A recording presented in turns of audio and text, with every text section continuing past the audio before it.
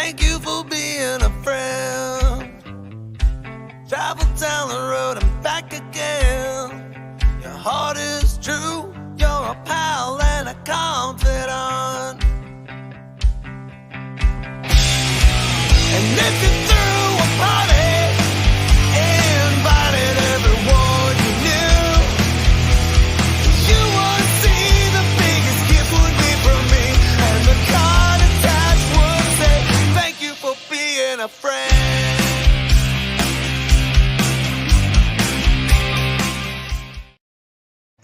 Welcome to Golden Guys. It's Thursday night. Sorry, guys. Thursday night, our new night. We're here. We're having a good time. We're back. It's the crew. It's the three here. I know I got asked to do this, so I will do it. Yes, we're upset about Betty White like everybody else, but she was never really on our show. We're very upset that she's gone because, a 99-year-old woman who everybody loves, but she really doesn't have much to do with the show, other than she'll be in our promo forever, though. She's immortalized on the Golden Guys forever, and honestly, it wouldn't be the same if Knights wasn't our Betty White. Speaking of Knights, how are you, my friend? I'm doing well, but I am wondering though, how many Golden Girls are left? They're all dead. Oh, they've all been dead for years. But Blanche, wasn't she the young one? She died first, man. All right, be careful, guys. And then B. Arthur, and then Estelle Getty, I think, and then Betty White. Yeah, I'm doing fine. Just working my way through 2022.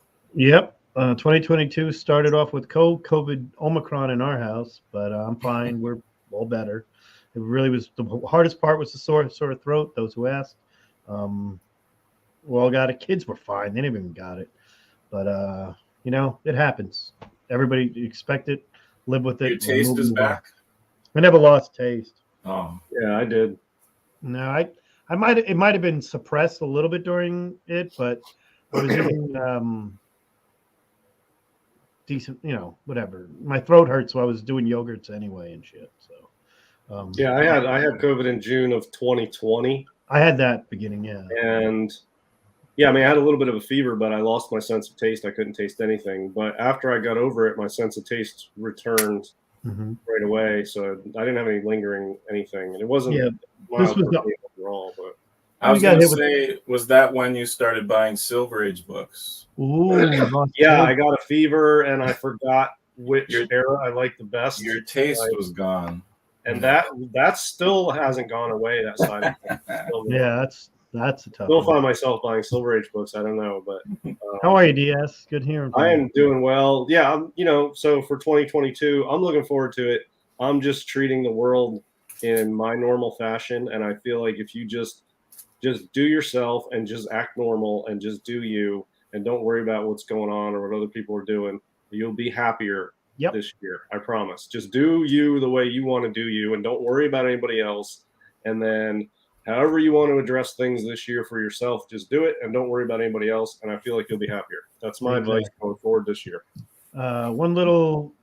We will probably talk a little bit about CGC today, so don't get pissed off.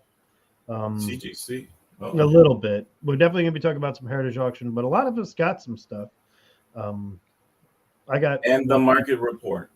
And we have the market report. I read and loved that discussion. I'm going to show what I got off the bat. Just get rid of this off the bat because I really want to see what you guys got. This came in after about a year. This is from Mr. Ross, Mr. Luke Ross. Thank you very much. Pretty hard to say anything about it other than it's a great logo with the snap right there. And I love, Vader with the Infinity Gauntlet. So very happy to have another one in the collection. Got my 2021 in 2022. But how many do you have now? I don't know. It's got to be close to. It's in the teens. Oh wow, cool. Yeah, nice. Sure. Yeah, it's fun. I like it. We're also going to talk to the chat today. I promise, because somebody actually said we used to talk to you people, but we didn't talk to you guys. So everybody will just do that as we come along here. Hey everybody, Chris Barrett, good to have you here. Oh, DS is here. Freddie Falcon. Our Betty White was the faithful. oldest Golden Girl. Yep, she was. And she dealt with an alligator in the movie.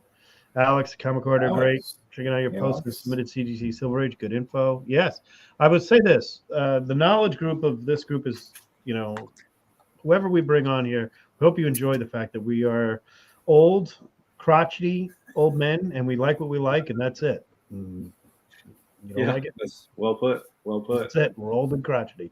Yeah. So I'd like to see Knights. Yeah, do you have anything you want to share real quick? No. Konnichiwa. All your posts have had some great music and great stuff on it. Oh, thanks. Yeah. And I've I been- love how you do the comparison with the 3 3/4 Star Wars Kenner as compared to everything else. And I did not know you had the original Battle of the Planet, original Battle of the Planets. Garrett, I didn't know you had that one, because I honestly swear I thought that was the one that you were looking for. So I always had it out there. Those are really, and if those of you who don't know, Battle of the Planets, G-Force, Gang of Man, or whatever. It's funny because my sister and I were just talking about it the other day, that her son found some of these toys. I said, no, you got to find the originals. This is the modern US ones that were done in the 79 stuff. You need the ones from what is it, 73, 74? Yeah, 72 is when it came out. 72, yeah. All right. Okay, so all right, DS.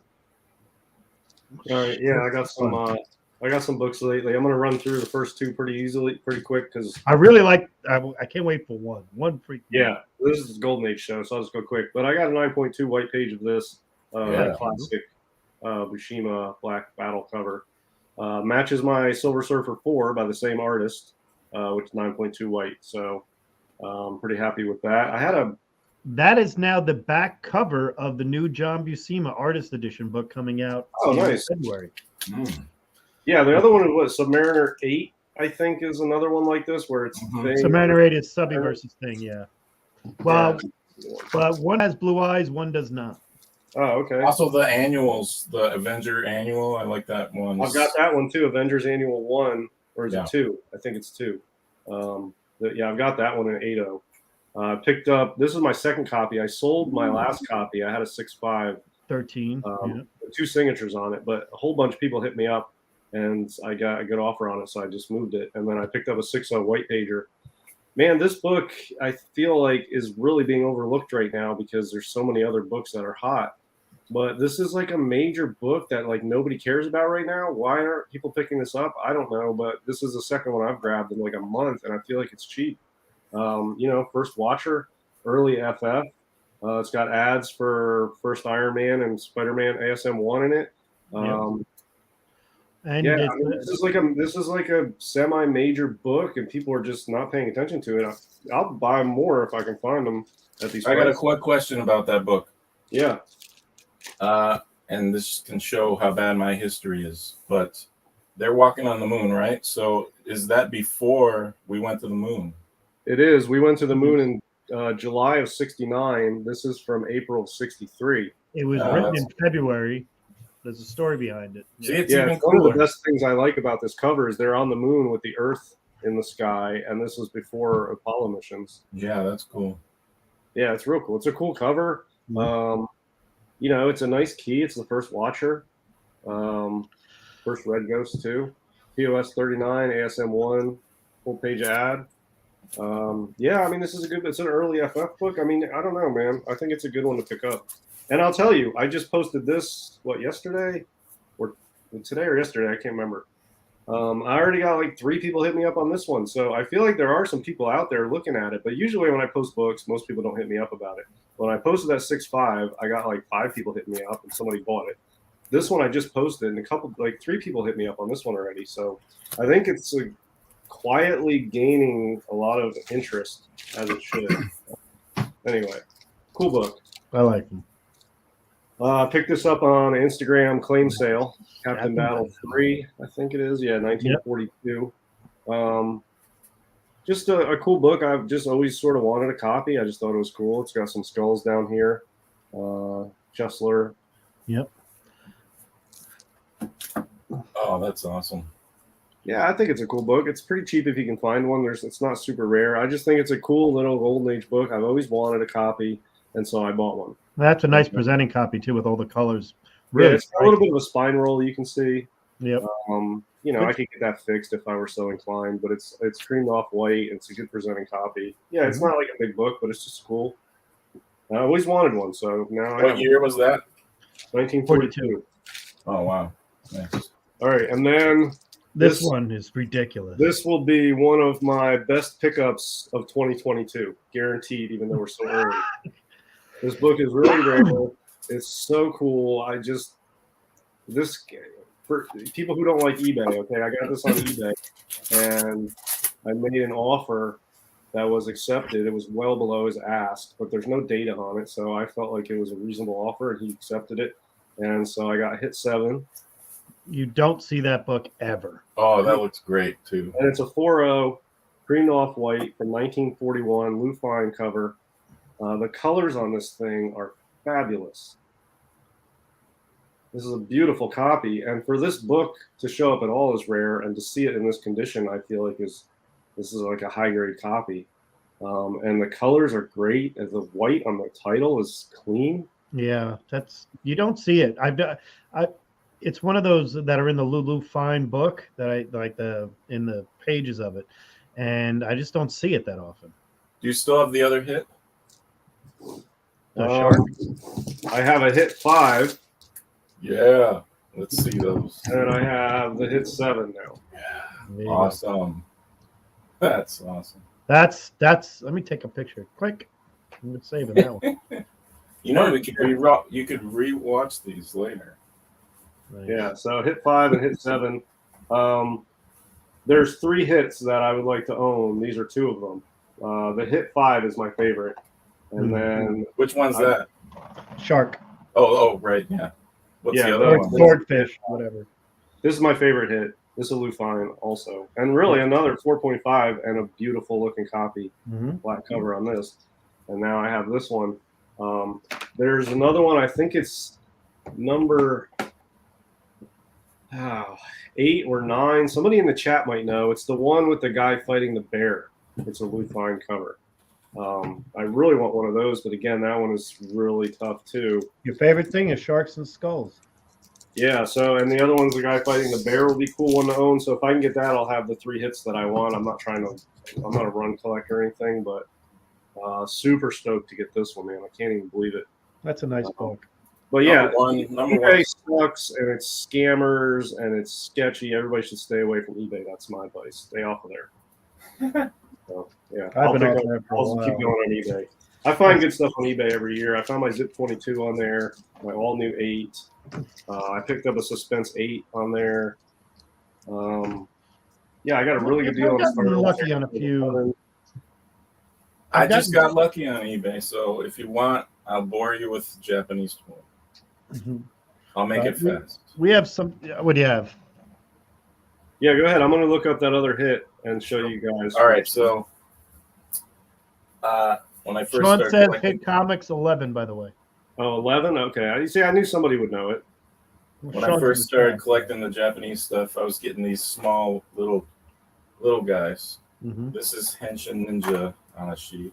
Yep. This is him. This is a comic. So he's like this big chicken-looking dude.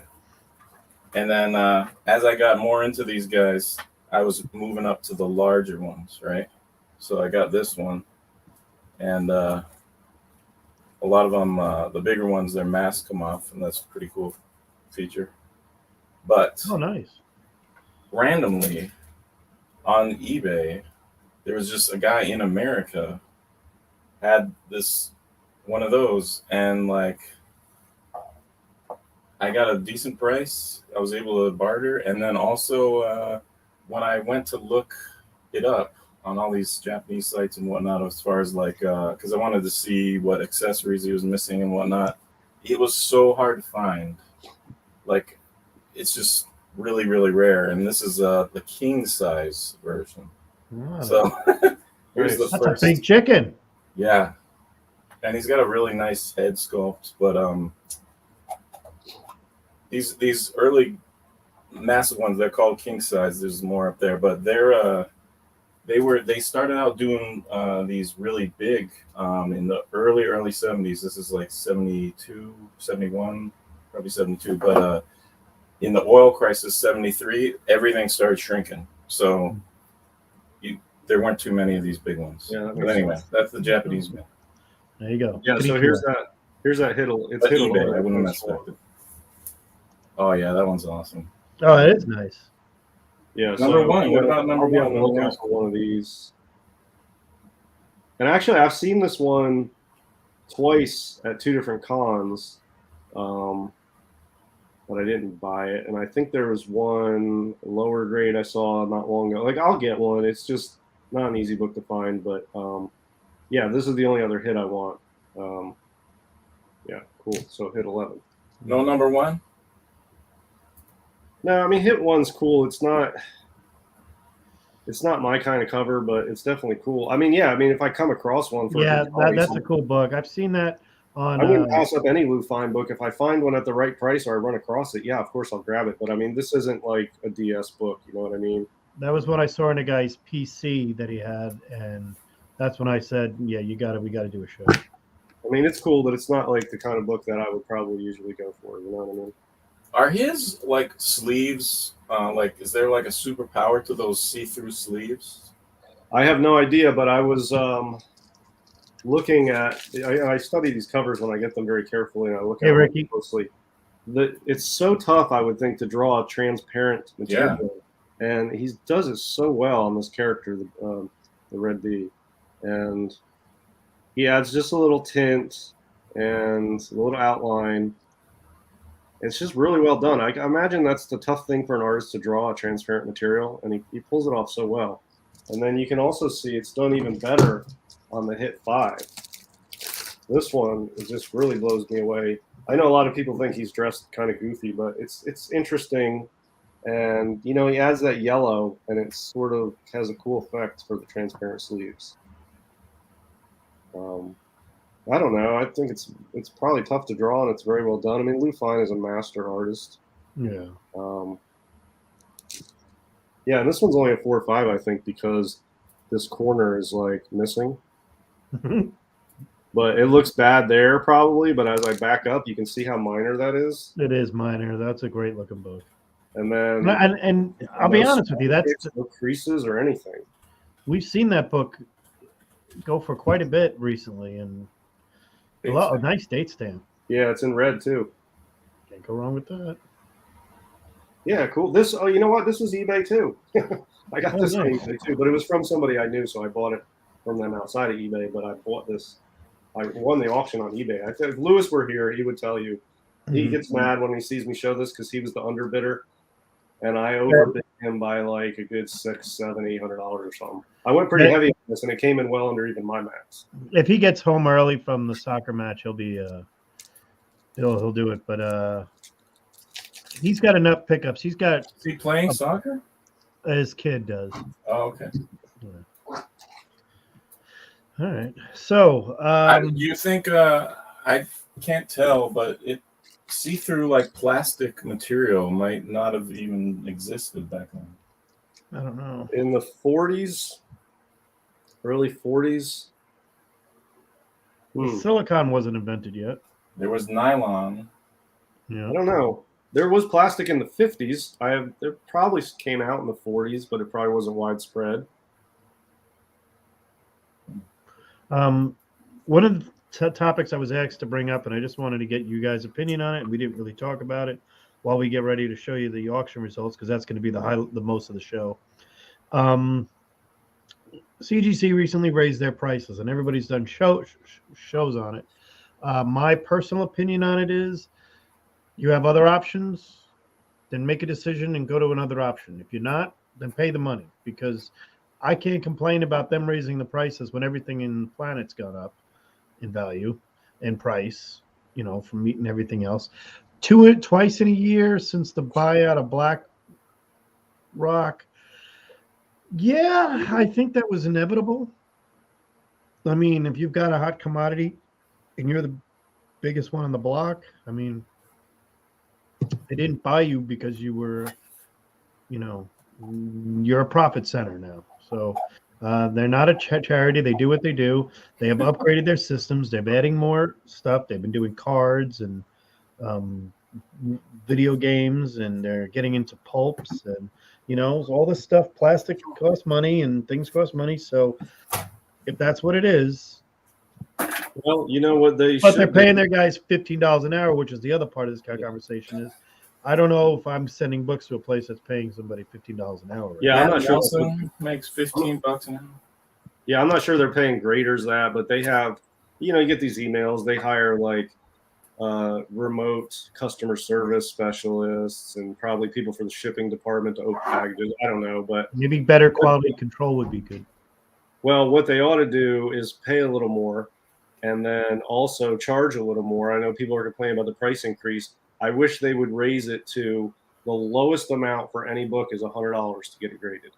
And that will It would get probably rid of. stop people from grading these 50 books that came out yesterday. Yeah, I mean, I'm sorry. I know that probably sounds snobby. We're on a golden age show and we don't have a huge following, but so probably most people here might agree with me. But look, you need to, for us that have these bigger books that we want graded and turnaround times are just ridiculous. You got to weed out the lower end crap that everybody's sending in. People are just snapping up moderns at the LCS and sending off pre-screens to get 9.8s. It's just, man, you got to weed that stuff out is what I think. It's just too, if you could afford to do everything and your turnaround times were good like they were before, fine. But right now, the turnaround times are ridiculous. The quality control is suffering. You're better off improving the quality and the turnaround time by weeding out the lower end crap. And the way you do that is you raise prices. You don't have to just get rid of the modern tier and just do like a low tier 100, mid tier 150, and the upper tier 3% or whatever they do for like the walkthrough. Or like $85 or something. But this whole $35, $37 thing or $30, the moderns with the pre-screens, it's too much, man. I did see a guy's submission recently, and I kind of giggled, and I said, each of those books, he goes, yeah, if I sell it, I can get $150 out of it. I said, I don't grade things, and this is just me. If my book is maybe $1,000, that's when I usually ship it in, unless it's something I want to preserve for a reason. I had a really, well, it's probably $1,000 book now. Really nice Journey into Mystery 85 that I ended up getting a 9.2 on. Well, that's a really tough book to get a 9.2 on. Yeah. And it's a beautiful copy, and it's my favorite Thor Journey cover. So outside of 89, and maybe they're 101A, and I did that, but it was part of that one they give us, the coupon. Now I get $150 off, but I see the turnaround times, and most of the stuff that's being graded now. Well, there's a lot of Silver Age stuff being graded as well, which I agree with from a certain. Yeah, I don't have a problem with that. But I kind of have an issue with the number of books, and I don't mean Ultimate Fallout 4. There's always exceptions to the rule. I'm talking about the books that came out this week that they're sending in. Hey, send these in, buy a 9.8, guaranteed 9.8. Well, that's just a waste of time. The book's $4. You're paying $100 for a book that is $4. That's graded that you don't know. There are so many people who have been screwed on these books that I don't care. And you're on your own if you're buying that stuff. If you're upset because you paid $1,000 for a 9.8 361 and now it's whatever it is now, I don't care, man. You got to do your research. You're on your own. Grow up. Well, if you really want to see something that's eye-opening, go to a Comic Link auction after it's ended and search all the final prices and sort it by lowest first. And you will get literally hundreds of results of modern slabs that sold for under $50. Yeah. So those are books that should never have been sent in. And all those books were at CGC ahead of other books that deserve to be graded. And it sounds a little snobby to tell people that your book's not worth grading, but mine is. But some books I almost feel like objectively you're not worth grading. And you can see it on Comic Link. If you look at the results, you'll see hundreds of books selling for under $50. Slabs, 9.8 slabs, going for $35 on Comic Link auctions. And I don't know why people slab those. That's some of my secrets. That was some of my secrets. That's how I got my Tomb of Draculas. I got those 9.4 two Tomb Draculas. Ended up flipping for $250, buying for $35 on Comic Link. Yeah, yeah. All right. So there were some big auctions, some big things, and we're probably Should we do some prediction? Should some of this thread and then some auction and then maybe more of the thread? What do you want to do? I just think it might be Whatever you want. just in case it's relevant. I'm not sure which would be best first, but I can basically I snipped out little pieces of the main article, and then what I found really interesting was the discussion afterwards with all. So this is from CGC forums. This is by Mitch Mehdi. I don't know how to say that. He's been like doing these for like, oh God, forever on this forum.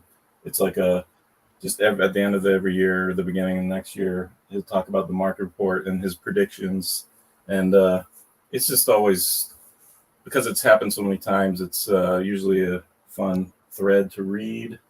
But I'm just curious if you guys will, all three of us agree or disagree on some of these like statements made by him, but also some of the discussion the other people. Yeah, I like to disagree with stuff all the time, so I'm looking forward to it. Big fan of disagreement. So E's prediction is price recovery will be the major concern should you have to resell your Golden Age book that you purchased last year or this year. Price recovery? I would say yes on some. What does that even mean, though? Like in other words, you spent $10,000 on a Promise collection book that normally sells for about $1,200. like getting your money back whenever Getting you your money sell it. back. If you need to sell, Yeah. and you chose that book to sell, and you're asking for 10 or 11 grand, and the best bid you're getting is 5-6 grand, and you say, well, the last sale I paid $10,000 for this, and we say, we know you did, we don't think you should have. You know, Yeah, I'm not saying on the big books I don't care, because they're not selling them. The guy who buys the Batman one for $3, they're out of the loop. He's essentially saying if you buy last year or you buy this year, you might be buying at an all-time high in the short term. Maybe, but I mean, look, if somebody asks me, should I buy Apple stock right now, like tomorrow, should I buy Apple stock? I would be like, well, when do you plan to sell it? Because I mean, if you're going to sell it next week, you know, there's a lot of things you got to look at. Maybe it might be good tomorrow. It might be a horrible, but if you're going to hold it for 10 years, yeah, don't worry about your entry point. Just load up on the crap and just sit on it for 10 years. You'll be good. So I see a lot of the books that have been going to auction. Some of these high profile, some are Promise collection books because they're easy to identify because they're very unique and you know what that book was sold for. And they're buying them and they're coming right back on the market within a month or two. Yeah, that's going to be tough because if you are buying a pedigree Golden Age book in a heritage featured auction, you're paying top dollar. The only way to get that price back out of it is to put it back into a heritage featured auction within a couple months, because it's not appreciating above that out in the regular secondary market, basically. But if you do that, then you have to pay the fee. So you can't flip these books that you're buying off heritage featured auctions. They're not flippable within a couple months. But like there is a guy who bought that first appearance of the Scarecrow was a Promise 5.5, and I think he lost money when he sold it. If it was me, I mean, maybe he needed the money. I can't judge anyone else's situation, but if you buy that book, you've got to think, look, I'll paying up for this book. I'm going to buy it. I'm going to put it in the vault and just keep it there for 15 years. And then you're good. But you can't buy these books at all-time highs and expect to flip it. It's very volatile and prices are high. So you can't just flip these books. I mean, you can find deals here and there, but you got to be very careful and very knowledgeable and very well versed in the market to know that you're getting a book below market. And you're usually not going to find that in a headlining auction like Heritage or Comic Link or something. One of the next year or the year we after. Gotta move on because this will take 9 years if we don't. But all right, here's one. price increases have spilled over into the lower graded top key Golden Age books. And we've been telling him this for years now, and I guess he finally realized that. Yeah, rising tide lifts all boats, right? He's That's very a fact. into like, you got to buy only the highest grade stuff will increase and is safe, you know. And Well, for Golden Age, I think you want something presentable and unrestored is the best thing to have. It doesn't really matter what the grade is. But the higher the grade, the harder it is to move. This shit's not liquid at all anyway. And Right. if you really want to destroy liquidity, get a high grade copy. That makes it very difficult to move. But as far as did the high prices trickle down? Of course they did. now, Yeah. I think so. and I think it does say something, that because Overstreet addressed this maybe 3 years ago. I think they finally like started to raise their like the lowest entry on the Right. big keys, you know. So I think it's the argument's kind of over on that one.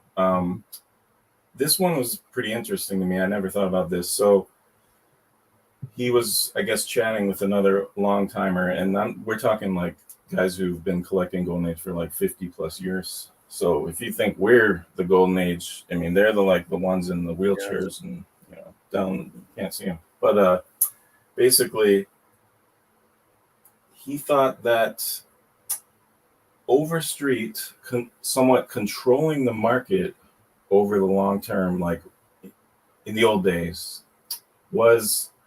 had a good thing going in a sense, because they always undervalued the Golden Age books just a little bit, or a lot. But they, you know, and typically Overstreet is a little low on the low side. But they were saying, but they always appreciate every year. So it's a slow going up. But what keeping them low was that even if there was a dip, they never like lost money. And that was interesting. But now, and apparently that helped keep the investor price run up, whatever that means. I think it means like, you know, investors will buy it and then just keep trying to sell it again, but higher and higher and higher, or investors are rushing to pull them all, and that makes the price go up. But by keeping that price low like that, you know, even if stuff wasn't dropping like a ton of bricks because it wasn't overinflated in the book. And he said that whole thing is completely gone now because we got all the auction archives and the, you know, like Nobody GPA. uses Overstreet except those guys in wheelchairs now. So we could, but he cautions about that because he brings it up because we could potentially see worse drops, I guess, in a way because of that. This is advice that I was given way back when I started in Wall Street, and it's the same thing I tell everybody now. The second you take $1 out of your pocket and buy anything, you have the potential to lose, no matter what it is. No matter what if it's an investment, whether it's a candy bar. You eat it, it's not worth anything once you're done eating it. You got what your value add is out of it. It's the same thing when it comes down to investing. This is when people, especially regulators and stuff like that, and some industry, it's in the best interest for this person to buy this. It's never in anybody's best interest to take money away from their possession and give it somewhere else. It never is. Whether it's real estate, whether it's a car, whether it's a comic book, whether it's gold, whether it's a stock. It's not. But what he's talking about is the potential for the drop to be greater than what it was once before. Well, that's what happens when you have ebbs and flows. And then here it is. Are we in an ebb and waiting for a flow? I don't know if a flow is going to ever equal the ebb we just had. I don't think that's ever going to happen because there is more eyes on this. What has happened is people are now taking pictures of their books or their books and making tokens into these things, claiming them out there just so you could put your name saying you own part of a picture of a book. So in reality, the true factor of this is if you know what you own, know why you own it. Okay? Know why you bought the book and trust yourself if you're going to do it. If you're buying this to make money, the joke I've said before is if you want to make $1 billion in comics, if you want to make $1 million in comics, start out as a billionaire, and you'll get there. He I said, mean, because I don't care what anybody says. You can make money to subsidize buying more comic books, but if you had to sell every one of your comic books at one time, you will lose. Yeah, but I'll tell you, like stuff like this. Yeah, prices on stuff like this have gone way up. But I always say this is more of an art market than a comic book market for stuff like this. Now you have the superhero keys; those operate differently. But I'm more familiar with this stuff. For this stuff, it's operating more like an art market, and I feel like it's just getting started. Like It is. we're finally getting where these books are worth a couple $1,000s, a few $1,000s. Some of the massive ones, $15,000 or 20. I mean, it's small time for an art market. I feel like this art market is just getting started. This stuff is super rare and super unique, and there's not any other type of art like this. And it's pretty soon going to be 100 years old. This stuff, and one of the things, Silver Age books or Golden Age superhero stuff. Yeah, I mean, there's a lot more people looking to put their money into that stuff, but the prices will go up and down, and it's just a matter of how long do you want to hold it. So, I mean, everything's going to go up and down over time. Great. That's a great point, because I wanted to bring this up when you brought up the art market. Somebody brought up this, and I had this discussion, and they said, if it's an art market, there's so many of those books. I said, but that's the thing. These are limited edition prints that are one of 20. And those are the ones that are hard to find, because you will not find, all you are going to find is posters. There's a big difference between a poster that comes out in 2020 and a poster that came out in 1977 that says Star Wars. And it's a natural occurring, it's a natural occurring, like, limited supply, not a manufactured collectible. Yeah, it's very limited collectible. But look, Albrecht Dürer is a medieval Renaissance sort of artist, 1500s ish, and like some artists of the time, you don't have the opportunity to go out and buy an original Albrecht Dürer. They do exist, but what you can mostly buy for an artist like Dürer is he would do etchings onto wood, and then they would rub ink on it and do impressions, and they would do like a first print run, and they would do however many impressions, and then those are out there, and they're really good definition because the wood is freshly carved and it comes out really sharp lines, and it's basically like a comic book. There's multiple copies out there of a first edition. They're in high definition sort of, and then multiple later printings called impressions. The wood degrades over time and the edges wear down, and the impression is of lesser quality for each print run, so to speak, and those are worth less.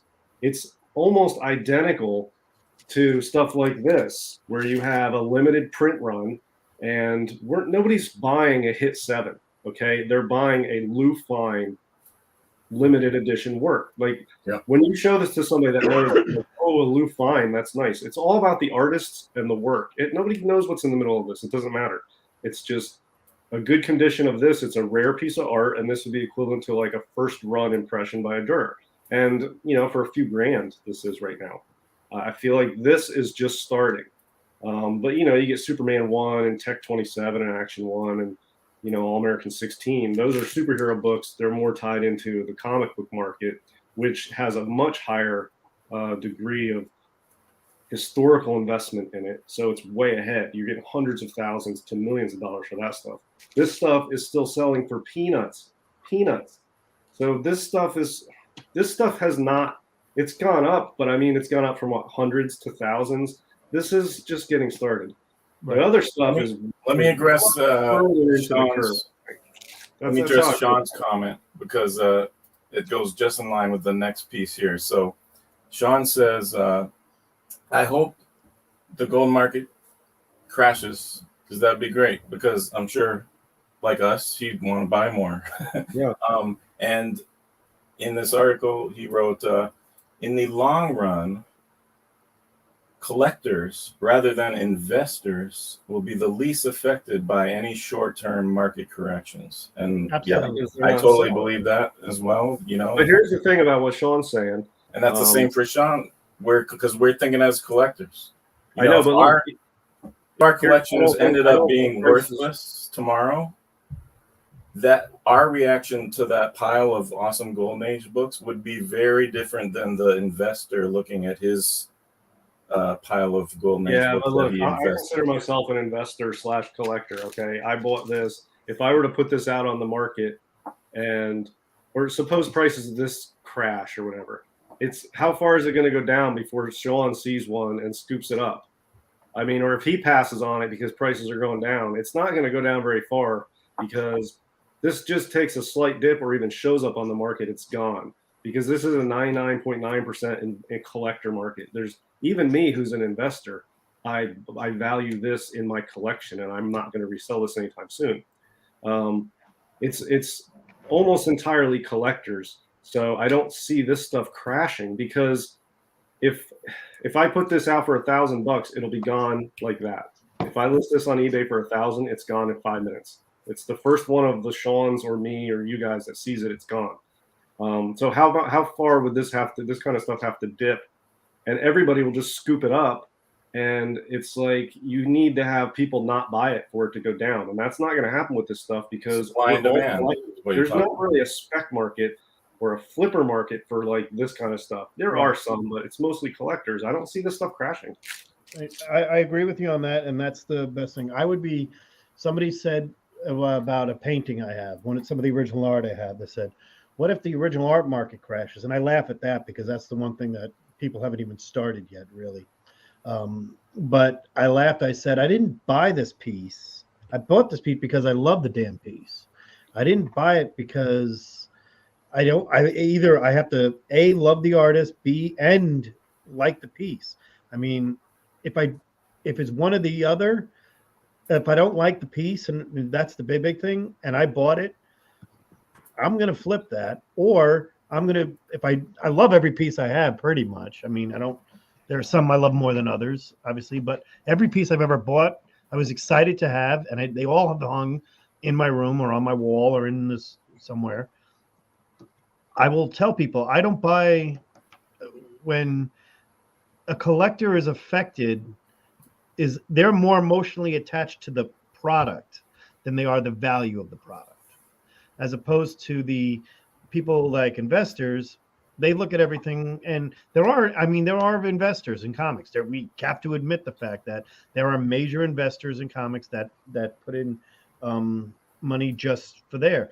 But at the same point, like DS is an investor who loves Lou Fine, who loves that cover, who's there. That's the reason I invest in it is because that's why he does. love this stuff. But not only are you investing, you're a passionate investor. There's a difference. Like, as opposed to somebody who's just buying, who doesn't even have any desire to care about who Darkhawk 1 is and wants to buy a Darkhawk 1, doesn't care about the character. It's stupid, it's dumb, and they don't really care.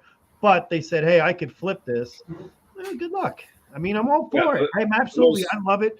And am I upset that some of the Golden Age books I could have bought years ago that I never did are now worth a lot more? Yeah, I'm not upset with myself for not buying it then. Not for me not realizing that a $600 book in 2020 is a $6,000 book today in Golden Age. Yeah, I mean, it's up it's up a good percentage, but look, there have been comic book collectors collecting this Golden Age cover art stuff for decades when it wasn't popular and it was dirt cheap. Probably could have got that hit for $15 at a con in the 80s. Okay, $10-15 probably for that, maybe 20.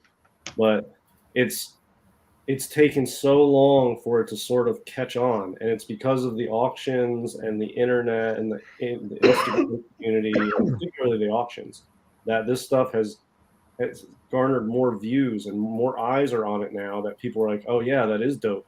And most of the time people have never seen this stuff before, and now a lot more people are seeing it, so it's spiked because the demand is there.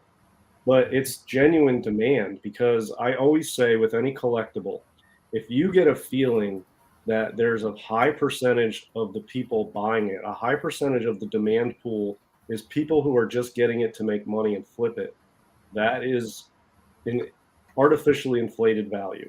If the higher their percentage of collectors, the more stable and genuine that price is. And with this stuff, we're in the 90%. There's not flippers buying a hit 7. I'm an investor and I flip books, and that I'm not going to sell even. So, you get something like, I don't know, Ultimate Fallout 4 is like 50-50. You know what I mean? Yeah. I mean, I have Um, my copy. But that's what my son. Dark Hawk 1 is probably like 95% flipper and 5% collector. It just, it's different for every book. ASM, Silver Age ASM books are probably 75 to 80% collector. Yeah. And then you got, the White Vision. That's like 97% flipper. Look what happened. You know what I mean? Yeah. This stuff is like in the 90% collector, and there's a small amount that are flipping it, but they're so rare, it's not flippable. Flippers are looking to make money. They're not looking to hold out and find something rare eventually. So this stuff's not flippable because it doesn't show up. But yeah, there's a few people here and there that will get into this stuff and move it around. And all that does is generate more demand, because sometimes they put out books that people haven't seen before and more people see it. It just stimulates the demand rather than the other way around. One of my favorite moments has been when a downturn on a particular book happens. And I'm going to use an example from 2012 or 2013. There were people that were spending a lot of money on a Fantastic Four 45, right? And I parted with mine for a high at the peak, took that money, bought an FF, whatever it was, a 48 or 52, I forget which one I flipped it for, in a little lower grade, and then bought back with the difference another 45 months later with a higher grade, because they went down. Now, why did that happen? That was one of the first times I've ever seen a spec book of a Silver Age book skyrocket, and then I'm telling you, FF45 crash after that ABC show was astronomical. I mean, we haven't seen that in a Silver Age book since. It went down almost 50 to 60%, like that. And when people didn't like it, well, I just said it's still the first appearance of the Inhumans, and it's still a Jack Kirby, and it's still a Silver Age Fantastic Four. And now it's going less than half of what it was going for a couple of months before. I had no problem picking them up. And to the guy who bought mine, he was like, "Man, I really got screwed on that book." And he's a guy. I said, "How did you get screwed? You got the going rate minus $100 for a deal, because you were meeting me in the bar, where I do it a lot. Well, there was a bar I used to do most of my hand transactions and stuff like that. When Comic-Con came into town, I'd meet at the bar and we'll do some deals. But I think those are occurring now more on your Dark Hawks, your Deadpool, your New Mutant 98. So that's my thing about New Mutant 98. There is enough fans of Deadpool because of the films. Yeah. That I think it's got sustained. I mean, people are. That's but if you grew up in the 90s, smaller dip than you think. Just because. Yeah, if you grew up in the 90s and you were a comic book fan, you knew Deadpool was a massive figure in the 90s in comic books, and he's very popular. I know people who that's their favorite. That is true love, though. That's a book people buy because they actually love it. Right. Yeah, the problem with the New Mutants 98 is not that there's a low collector percentage. I think the percentage of collectors versus flippers, there's a high percentage of New Mutants 98 that's actually collectors. I think most people buying that book is the collectors. So that gives me some confidence in the price. The only other thing you have to consider is on the supply side. Something like New Mutants 98 has such a heavy supply that it can go down even with a steady high demand, because there's so many copies out there, and it's very sensitive because the supply is so high, as opposed to a hit 7 where the supply is non-existent. You only need 15 people looking for it for that book to climb forever. You don't need that many people. So, New Mutants 98, I don't think that's artificially high. It's mostly collectors buying it. The problem with that is there's just so many copies, and there's probably a warehouse sitting with unread copies somewhere of that book. I mean, there's millions of them still in existence, and that came out at a time when people were already bagging and boarding stuff, because I was bagging and boarding stuff in 1991. I was going to say, I remember getting my first runs in I think I might have been 89 or 90, but I started putting them away at that point. And and a discussion I had with somebody else is, when did they become? The question is, when did they become valuable to you? I said, personally, they were always valuable, but when did I really do it? When I dropped the first time I ever spent $40 on one book, I realized something there, that the price was 60. I said, I only have $40. He goes, I'll give it to you for 40. And the guy behind the counter, who's long since dead, put there, and he put it in a top loader at the time, a big one. And he said, just take care of it. It's a rare book. I still have that book. And it was there. I'm glad mine are asleep right now. But we had, at that moment. And then when did people start slapping? So the books that came out in the 90s, I don't know what was the big push. Probably the X-Men one. Yeah, that was huge. And things started coming in polybags too, remember? So yeah. There was a point when people were saying, oh, well, look at this, whether they had cards in them. But I love the fact that we had this New Mutants 98 discussion, because somebody asked me, the other question I had is there books like that at the Golden Eye? I said, well, there is, but they aren't the ones that you think they are. They're not the Chamber 19, because that's an iconic book and everything else like that. What I see is the Golden Age books that people have hyped up all have sustained value in their own merit, because they're Golden Age books. Yeah, and part of that, like, for instance, EC books, up until recently, we Golden Age collectors have considered those very common books, and the prices didn't move very much because they were easy to get, because there was, over 100 on the census and lots of raw copies, right, and high-grade copies out there to boot. But if you look at EC prices, it's very educational to look at those, because in the last year and a half, EC prices have really gone up. So why is that? Well, when you get into Golden Age, you have to know that something exists in order for it to be on your want list. Most people who got into Golden Age over the last 18 months have never seen a Hit 7 before. They wouldn't even know that they want one, because they don't know it exists. But the EC books are very prevalent. When you get into Golden Age, you'll see EC, and you'll see Harvey Precode, and you'll see Tech, Golden Age Techs, and you'll see stuff like that. But the EC books have gone way up in value. That is a testament to how the demand has grown, because I don't feel like the people buying these EC books are flippers. It's people who have gotten into Golden Age recently, and specifically Precode horror, and they're going after what they know. And in your first 18 months on the job, so to speak, what you know is EC and Harvey for Precode horror. And Precode horror is more prevalent because it's from the 50s than anything prior. So that's like the gateway drug into Golden Age. And it trickles down to the further and further back stuff, which gets really tough to find. And even us, we still come across something like, wow, I've never seen that before. And we've pretty much seen most of it by now. But yeah, so EC books have gone up because of the collector demand has gone up. There's more collectors in Golden Age now. That's why I think. And then I think that's a lesson you can learn from watching EC prices go up lately.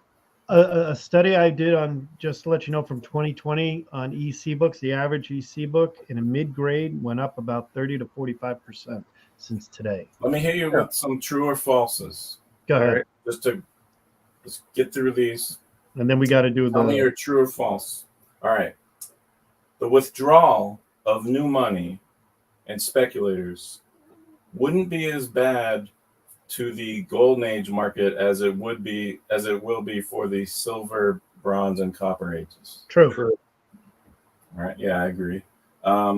Many longtime collectors have slowed down or stopped buying Golden Age altogether in the past year. True. I've done that. Yeah. Unfortunately. I wish I didn't, but I did. Yeah, and that demand has been replaced and upped. That's how much interest is coming into Golden Age, but it's because the auctions and the internet are bringing this stuff to light. I think it's a snowball effect. Most Golden Age are now priced at several multiples of pre-COVID prices. I wouldn't say multiples. I wouldn't say most. I would say most. I don't like the word most, and I don't like multiple. I will say they're up, but I'll say the 30 to 40% I said on EC is probably something you could say about across the board. Yeah, but suppose like also things.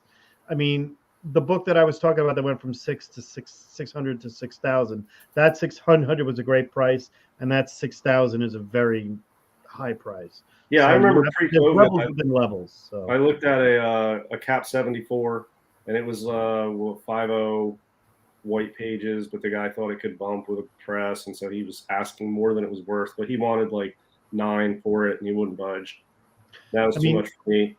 It was a 50 Cap 74, and this was pre-COVID. So a 50 Cap 74 now is like maybe 14 or 15,000 range, and he was asking 9.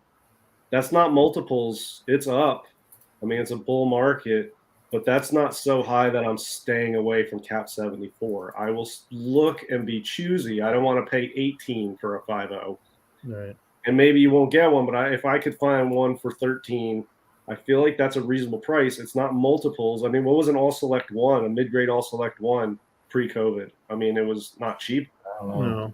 10 grand, 15 grand. I would say 10 to 15. I think, some have and some haven't. I don't know. But I don't think a new one would be 30 grand. Yeah, no, I mean, it'd be 20s. It's in the 20s. Right. But that's what it says multiples of. Yeah. That's 100% and 200%. All right, so we don't agree on that one. I don't know. Many Golden Age collectors and collectors in general have been selling copper, bronze, and silver and put the money into gold. Yeah, 100%. Yes. 100% true. Overpaying in the past year, if you thought you overpaid for a book within the past 2 years, that price is kind of a joke now compared to the price of the book. I wouldn't say it's a joke, but I would say what I thought I overpaid for in 2020, I'm very happy I paid for it now. Yeah, it's sort of like for some of this rare Golden Age stuff, though, you can only overpay. You only have overpaid for it until the next sale of one. Is really what's the deal. One dealer was saying, this is not true and false, I guess, but I guess comment on it. He's saying more and more of the buyers of his Golden Age stuff are being sold to flippers, short-term investors, rather than collectors. But that could be a direct thing related to, hey, a lot of Golden Age collectors have slowed down. Yeah, but I would disagree with that because it depends on the book. Inherent to being a Golden Age collector is selling to get other stuff and trading. It's not the same type of market as Silver Age where you can just buy, or you're flipping.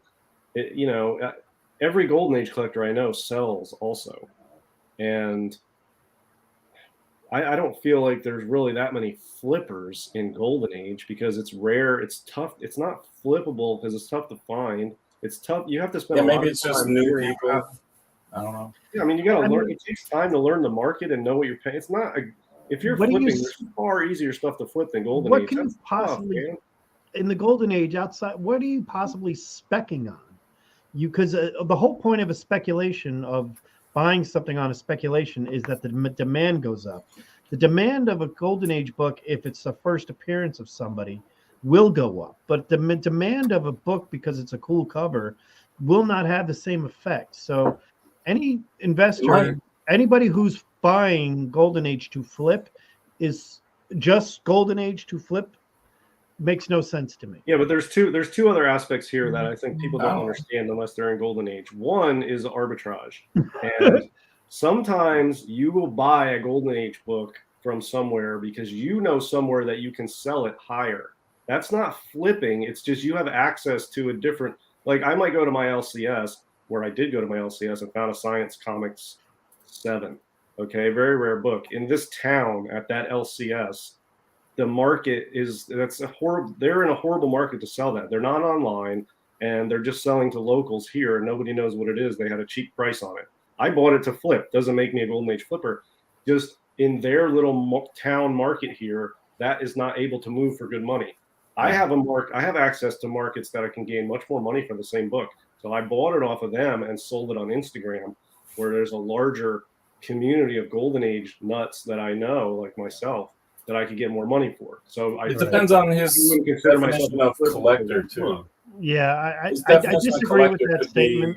Run collector or something. Yeah, the other thing is this stuff's tough to value, and even experienced dealers, they can't keep up on everything, and sometimes they underprice stuff.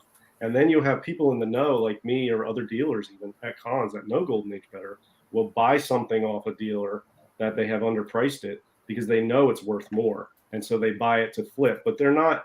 That's not flippers. It's like if you see an ASM 300 for $100, anybody will buy that to flip it. It doesn't make you a flipper. It's just such a difficult market to be experienced in. It allows a lot more opportunities to make money for those who are well versed in it. But I don't think that's the same as the term flipper traditionally how it's used in the hobby. You know what I'm saying? Yeah. Yep, exactly. I How will about- say that go ahead. not everybody sells their books.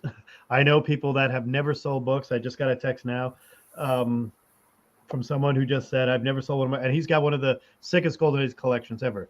And he's frugal buying about his books. And, but there are some that don't sell. Lewis's example, doesn't really part with anything. But there are some other people who don't sell. But I would say that for those with, that are buying more books and doing it, and that are constantly flipping their silvers into golds. But I don't know a lot of people that flip golds to golds. I mean, if they're buying a gold, they're buying a gold for a reason. They're either run collectors, they don't part with any books, or they're, you have those ones that have to have multiples of the same book. They're not so, we're all quirky. I didn't want to curse, but we're all quirky in our own way.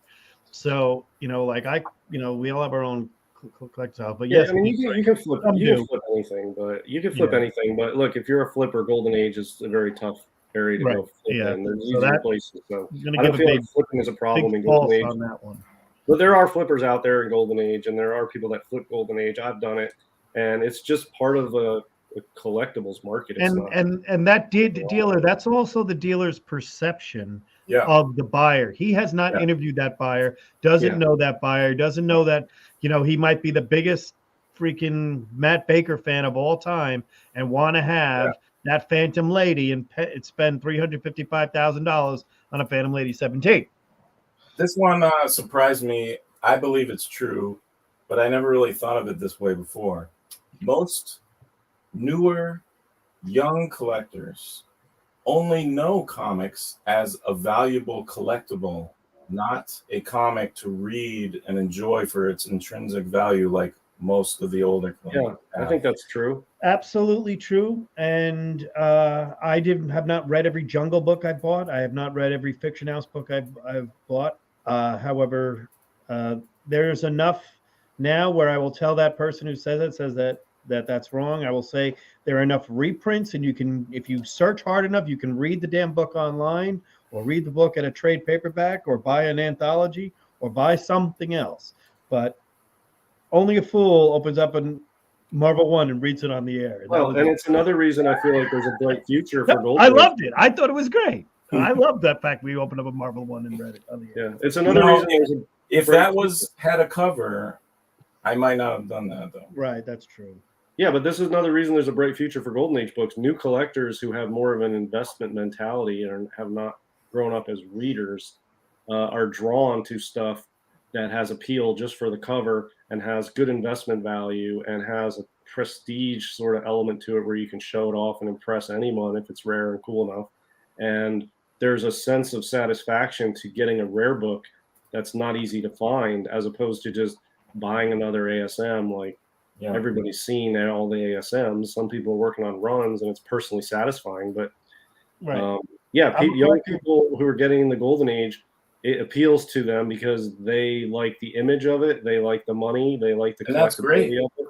That's great. I think that's great. I have no problem with it. I'm going to throw this comparison out there because this is another hobby I have, is first edition books. I love Hemingway. I love first edition. I have a first edition here of a Bobby Kennedy's memoirs, right? I'm not reading that. I'm afraid to. I could get it. But you appreciate copy it now for $5 at any if I want to read it, or my signed copies of all these books up here. I collect first edition books. There's no difference to that for me. And you appreciate that, and that's why I think when people get all like, "Oh, when no one knows when people who didn't grow up buying comics off the shelf, it's all going to collapse." I think that's BS, because if I love like World War II books. Like I wasn't even around then, Right. That's what I'm saying. None of us were around for Golden Age books. No. There's no Not even- nostalgia for Golden Age books for collectors. None of us were around in the 40s, really. And all these young guys buying when they Let 'em. weren't around at the stand only just proves that That's how I feel about They it. don't remember newsstands going into a 7-Eleven and buying a comic book, or at a gas station buying a comic book. They've only known comic book shops. And if comic books were bought just for reading, they wouldn't go to comic book shops. They'd be on magazine stands, because there's no place that sells just Playboys anymore. if there's a bubble, The in internet this ruined that market, too. it is the Marvel spec comics and modern variants with large supplies. Absolutely. Any ratio variant is not a ratio variant. It's not what you think it is. How about that? If, Look, they, yeah, if there's a 1 in 25 and there's 10,000 produced, there's 10,000 1 in 25s. There are still 10,000 of those out there, and it's not that big of a deal. Yeah, here's a quick rundown. Moderns are produced to be collectible. They're Yes. swimming everyone with these variants, and they're putting out crap interiors, really. Crap covers, man. These Yeah, so covers that's have no stuff- character to them. That stuff is shallow and transient and bubblish.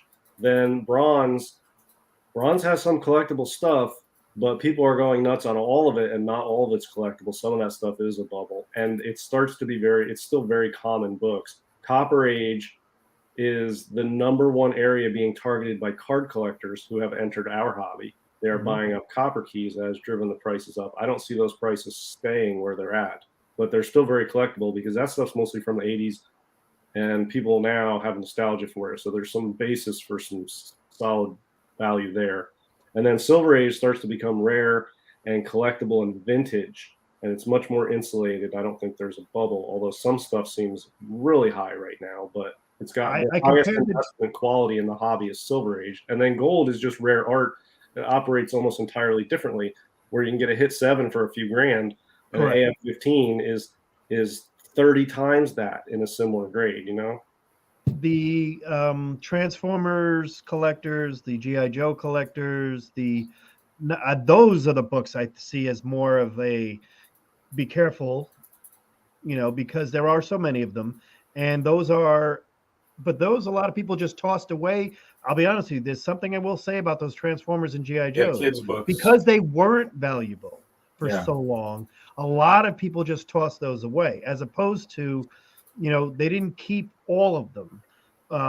They were easy runs to get. They were $1 at the time, and that was a lower price, compared to a $5 book today, or whatever it is these books are going for now. So now that the price of the book is 5 times as much, and income hasn't increased 5 times as much from the same time when they were $1 or $1.25, that comes into play. And so I will say that the fact that these people are spending $5 for a book to read really about 4 pages of dribble and crap and toss it, people don't want to toss it now. They buy the book, they might not even read it and read the online version and put it away.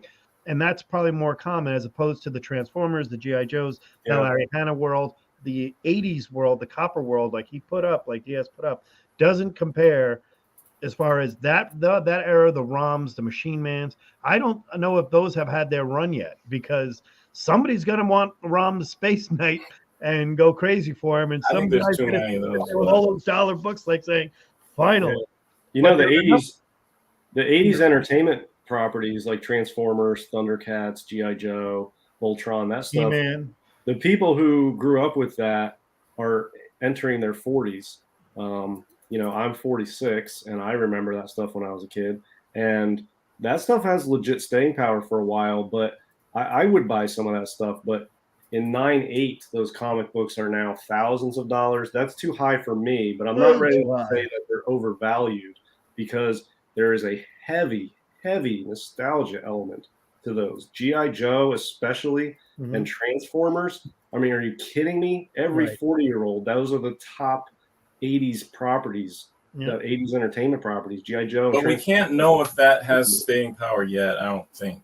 Maybe it Well, might it be don't have too staying new. power for 10 or 15 years, because these people are 35 to 40 now, and they will do it for the next 10, 15 years. But 35 years from now, is anybody going to care about GI Joe? Maybe.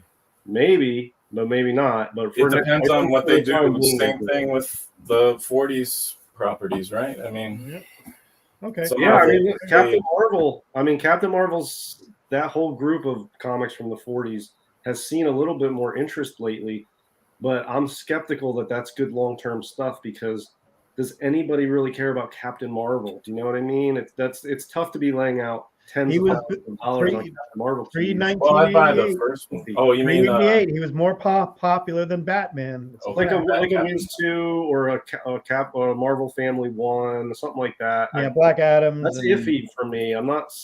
I don't you know. find an man. Uncle Dudley first appearance, people are gonna go crazy. You know, All right, DC will outperform Marvel in the next 10 years. That's a lie. comics. Not a chance. that's a Not lie. chance. Yeah, I don't think so. Warner Brothers hates their property.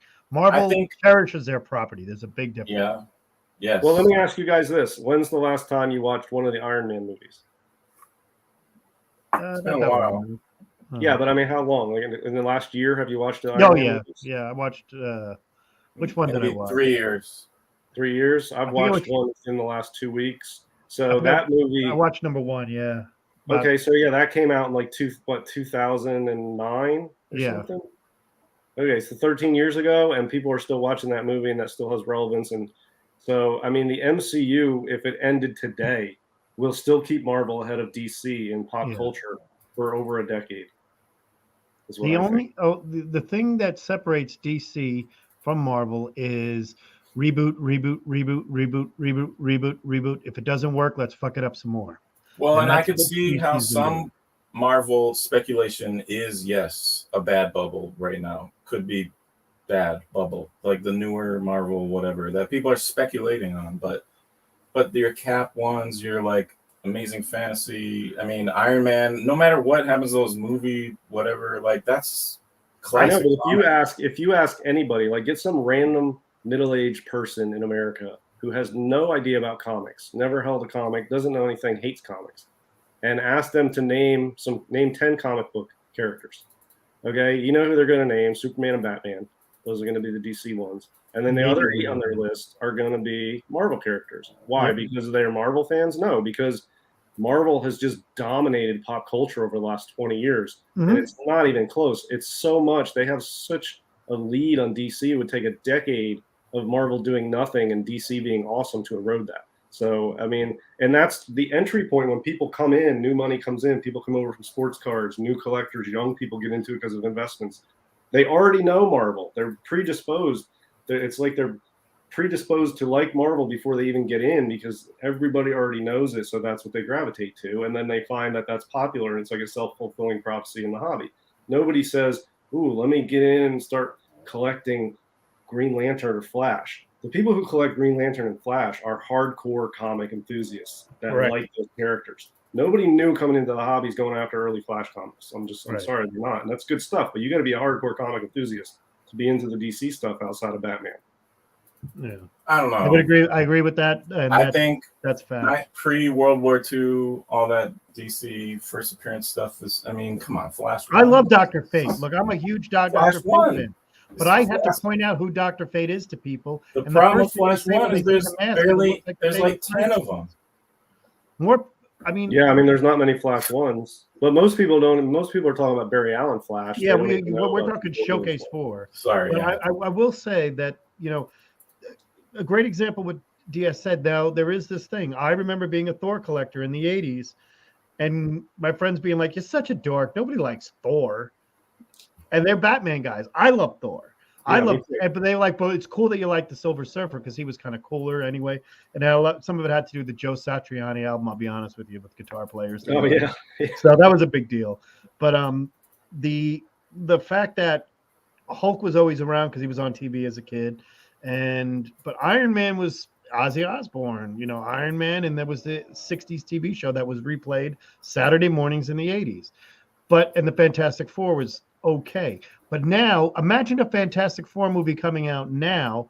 The amount of interest in that will skyrocket because it's going to skyrocket with the next character, whoever it is that they put out. And the X-Men have just were always cool. Nobody is going to go back to me, and as much as I love Jim Aparo's Spectre run, is going to go back and say, man, Spectre's so much cooler than Wolverine. He never was. Yeah. It You're might right. be I better mean, art and stuff like that, but everybody knows that, and that's Marvel will. Whoever said that is completely wrong. look, Marvel They're has. holding on to their Doctor Fates and their Specters and their Hawkmans. Yeah, there's something in economics called an economic moat, and an economic moat is something that a company has that gives them distance ahead of competitors by virtue of just being a known sort of pop culture Like phenomenon. perception. Like Coca-Cola may not be much better than another soda. Right. But Coca-Cola has an economic moat. Everybody knows Coca-Cola. Even if you never drank one, even if you live in any country on earth, you know the Coca-Cola. McDonald's, same thing. Marvel for comics has that moat.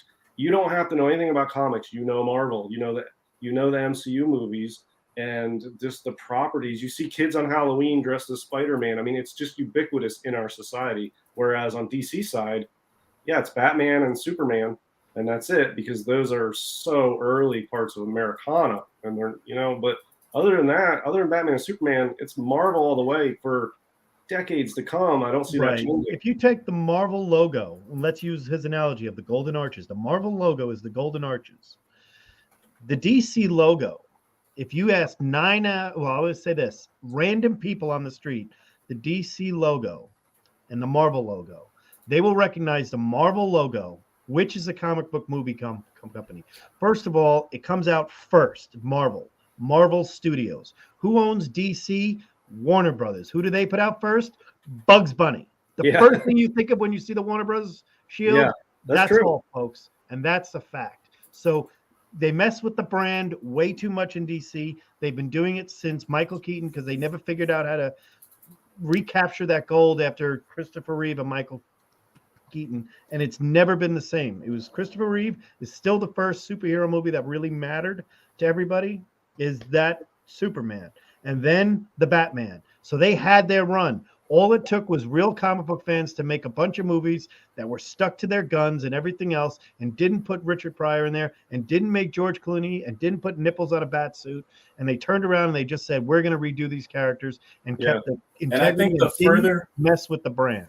The further we get from the 60s, the more, like, I think that divide, like, there's gold and then there's silver, which is the majority of the Marvel age, like, I think that is going to just kind of compress, and like the Amazing Fantasy will just be. Yeah, and there's another thing when people are getting into comics to invest in collectibles, as like it's this new thing, investing in collectibles.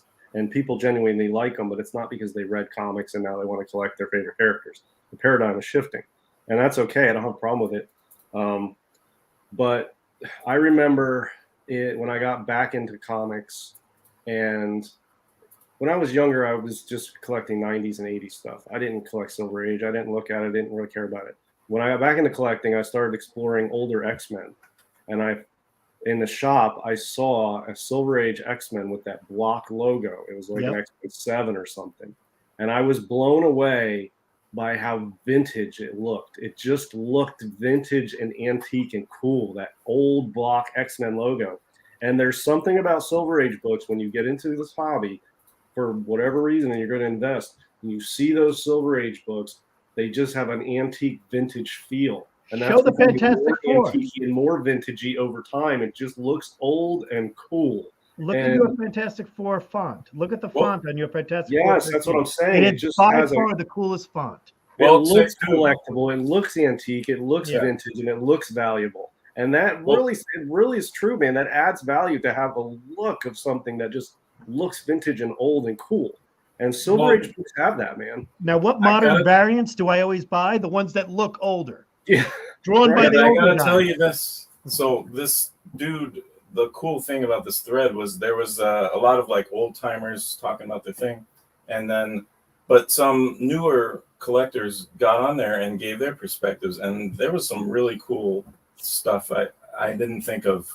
And one of the things they said was that some of these newer guys who buy, and this was like one guy was talking, I assume partially about himself, but with the push to everything digital now, there's a lot of younger people who actually really enjoy and like that vintage, like it's a real object. It Yeah. looks old. It is old. It's proven old. Like this is an actual old thing from a long time ago, and they Antique value stores always do well. that alone. Yeah, like, and you know it's- they're all rare. Even the Silver Age stuff that we complain about is common. Like I did a post on my Instagram today about FF48 is the most submitted Silver Age book, and a total of 7,000 have been submitted. That sounds like a ton for us because we're way deep in this hobby, but there's only 7,000 of those that have been submitted. That's not a lot for, if you have tens of thousands or hundreds of thousands of people trying to collect vintage collectibles.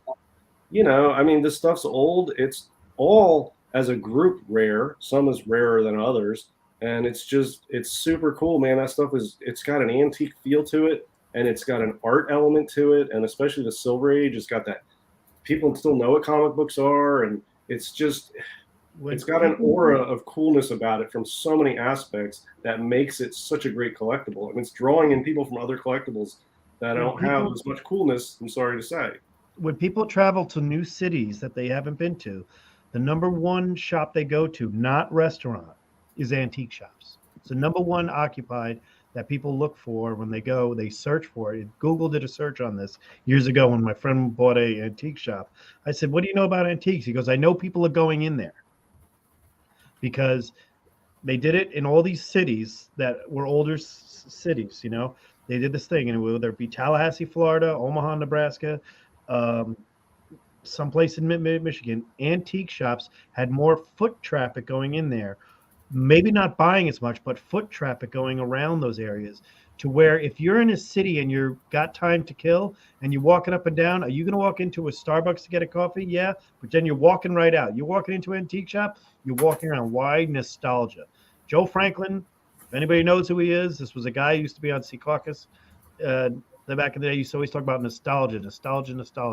Old films are attractive. People like Nosferatu. People like Dracula, the original. Yeah. Nobody's going to sit there and tell you that I can't wait to get a vintage Bram Stoker's Dracula with Keanu Reeves yet. But in 20 years from now, you don't know.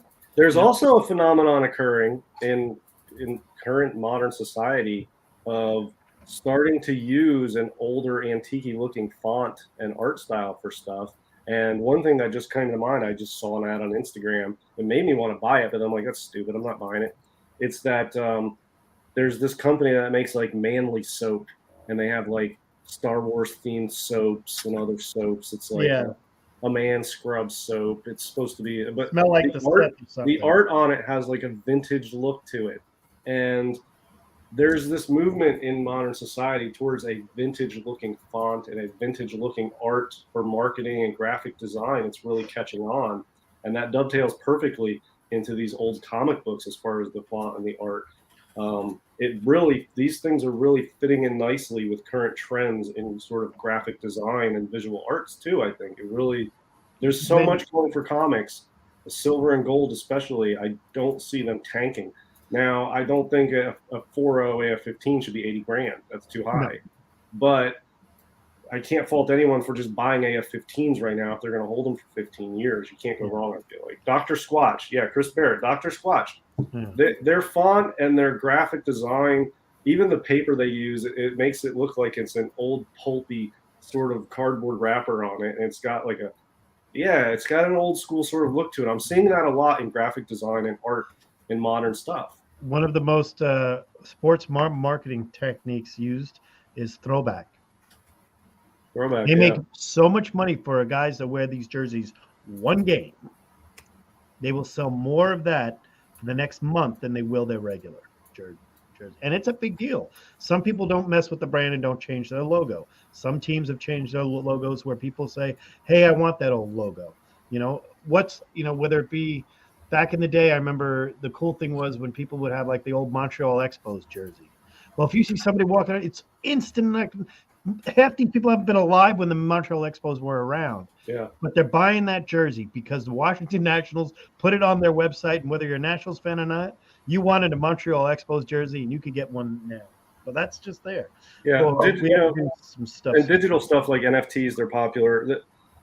One problem I have with digital stuff is it's too clean and too sharp and too pristine. it doesn't have there's no grittiness to it like the paper on modern comics. The digital art, it's so silky smooth and perfect, and the paper is glossy and everything is razor sharp corners and cut perfectly. There's no miscuts on modern comics. The digital art is just super clean. You can fade the colors perfect. It's too perfect, and even digital data is so perfect that it doesn't hold up to damage as well as analog stuff. Like you can have a CD, if you scratch it, the whole thing won't play. You can scratch the shit out of a record and it will still play because it's analog. It'll just have static where the scratches are. The comics are like analog, and I feel like analog anything is worth holding on to in a digital age because it has that human touch to it, if that makes sense. It's got character. It's got like honest wear to it, and it's just like people who like records understand that has that sound, that staticky sound when you play a record is comforting. It's warming and it's human and it's organic. And the comic books, old comic books, Sorry, just charging. new digital stuff is lacking in that. It's just there's something in the character of digital modern stuff that bugs the crap out of me. I'm glad about like that. old. I got a Bluetooth amplifier for a Bluetooth speaker for my room, and it looks like a Marshall amp from the 60s. Nice. And it sounds really good. It's not digital. There's no, when you turn it on, it's got the old switches and the dials just doesn't have that hum when you turn it on, but it sounds great and it's still good. So it's digital on the inside, vintage on the outside. And that is what attracted me to it. I mean, not but just the sound quality. it's all cyclical, right? Because I remember my grandfather saying, "What's old is new again." Yeah. You know. Yeah. Let me give you one more example. One more example of where art is lacking in the modern technologies. For mechanical engineering, a mechanical engineer who worked in the 60s for NASA, when they had to make the door latches, right? They had to design that on paper and pen and draw it. And they had to keep in mind that everything has to be cut by a machine that's operated by a person. All those parts have to be made. And there's an art to those mechanics because they're made in a way that's designed to be made by human hands and used by human hands. Now you can use a computer to design a door latch of any level of intricacy down to a micro level and have a computer design things that are minutely small. It loses the artistic element of the mechanics when it's so precise and so engineered and so computerized, as opposed to old school mechanical engineering. I love watching old movies, and so you can see the machinery and old golden age comic books with tech on it, with the gauges and the dials and the contraptions on the old golden age comics. So cool. They're using art from the current age of technology back then, and it's just so cool to see, as opposed to new tech. There's nothing cool looking about new tech. It's just sleek and sharp and perfect, and it's not cool. That's how I feel about it. Now I'm showing my age now, but that's why I like golden age comics and old movies and old mechanics and stuff like that. I hope my car lasts forever because it doesn't have a computer in it telling me what to do all the time. I don't need that. I want an analog car, and I have one, and I hope it lasts forever. Those actually have gone up in value a little bit because I have an old 2002 BMW, like a nice, fancy, but it's coveted, and all the guys at the shop always comment on how awesome it is. Yeah, how they have them because it was like one of the last ones without the computers. Yeah, I mean, I wish they had the brights easier to fix on the floor. All kinds of stuff. Kids nowadays don't even know they used to have to turn your brights on. There was a button on the floor by your left foot, and you would just tap your foot and push the button down, turn your brights on, and press it again, turn your brights off. You didn't have to take your hand off the steering wheel. Cigarette lighter too. Yeah, right, so true or false? So cool. 1974 Nova. True or false? The prices should not fall drastically because of the new money, because a lot of the people into the golden age now, these prices are normal to them, just like they were to whoever came in 6 years ago or 10 years ago. Those prices were high to the long timers, but to us coming in, like I know I came in around 2008 or 9 or something, but like some of the prices I was willing to pay some old timers were just like, hell, what? That is crazy. And then, you look back today and it's like, I don't think there'll be a sharp decline. How about that? Yeah, well, here's the thing. If people in the golden age collectors who have been doing it a while are complaining about the new prices, but still paying them. Okay, that should tell you something. That tells you all you need to know right there. We're not happy with the prices, but they're still good, but they're not as good as they were before, but they're still good enough to pay. We're still paying these prices. But although yes, we did admit earlier that a lot of old time golden age collectors have slowed down. Well, yeah, but I mean, I think they've slowed down because they can't afford as much, not because they like it less or they're leaving the hobby. I mean, I buy less golden age now by far. I only buy, 5 to 10 books a year at this point, not even. And yeah, so look, we're complaining about the prices, but we're still paying them. That's all you need. We're just old and crotchety. And they were complaining when I went on those forums back in the day. Like some of this, I'd like post something, look what I got, and like then I'd see later on like people being like, I can't believe people paying these prices, and like I was like, oh, okay, I guess they think I'm an idiot, but like I didn't think it was that bad. I'm happy I got it. You're always gonna have people complain when they say, I can't believe somebody paid that. But what books do you hear most people saying, I can't believe that went for that much, or somebody paid too much, somebody way overpaid? Where do you hear that these days? I don't really hear that on Golden Age books that often. I hear it on some of the real high-flying Silver Age keys. I hear it on bronze books a lot and copper. I don't hear it on Golden Age. I hear people like, whoa, I'm surprised that went for that much. But I don't hear people saying, what idiot spent 25 grand on an all select one. I don't hear that. People are like, don't come up with believe how much that went for, but that's a beautiful copy. Well, speaking of that, so here's one thing. True or false? Many longtime Golden Age collectors think they made a mistake by waiting to buy the more safe, higher grade version that they could afford versus multiples of lower grade versions of the same key book. You mean it's just a FOMO scenario, of course. Well, yeah, I mean, if you go back 10 years and you can buy a high grade. Yeah, if I were to go back and do it all over again, please. Buy a high grade Planet 6 or something for, 9. Well, most are saying they would have made a killing if they bought 10 copies of Cap 1 at 1.0, 2.0, at grades where they're like, ugh, I wouldn't touch that for a 10, rather than they got their 5.0 or their 7.0. I don't think people are regretting that.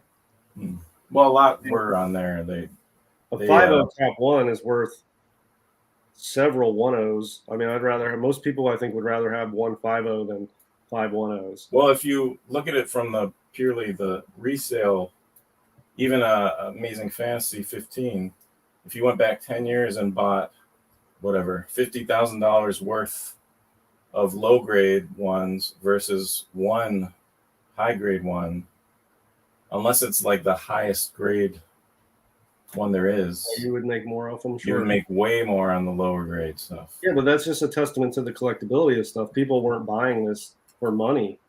Yep. It's just what people love. It's showing that there's more collectors now and there's less supply than they want. True or false? There are no more bargains available. Lies. False.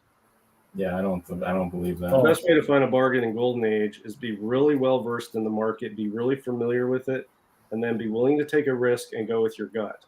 Because you can't always go find somebody else to give you an opinion like GPA or some sales data to give you the confidence that you're right. You just got to take a risk and go with your gut based on your knowledge and experience. And after a while, you get a feel for a book. And you're like, this seems like a really good deal on this book. I don't know. On Golden Age, I just wing it, man. And you just get a feel after a while. You're not always right, but you take a chance and you go with your gut. And, if you think something is really cool, chances are other collectors are going to think it's really cool. And you can sort of get an idea of what something this cool is going for. And then you get an idea and you can still find deals. And you can find deals in Golden Age because people selling Golden Age having the same problem as the people buying it. They don't know how to price it either. So nobody knows how to price it. So if you educate yourself, you have an advantage of being able to find more deals than somebody who's not as educated. Okay, in a bull market like today's market,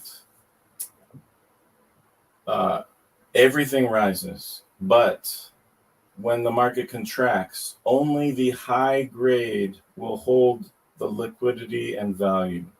So it's better long term with premium quality. I don't think it applies to Golden Age. No, I don't think there's enough. Golden There's Age. not enough supply. I I don't would think. say false on that one.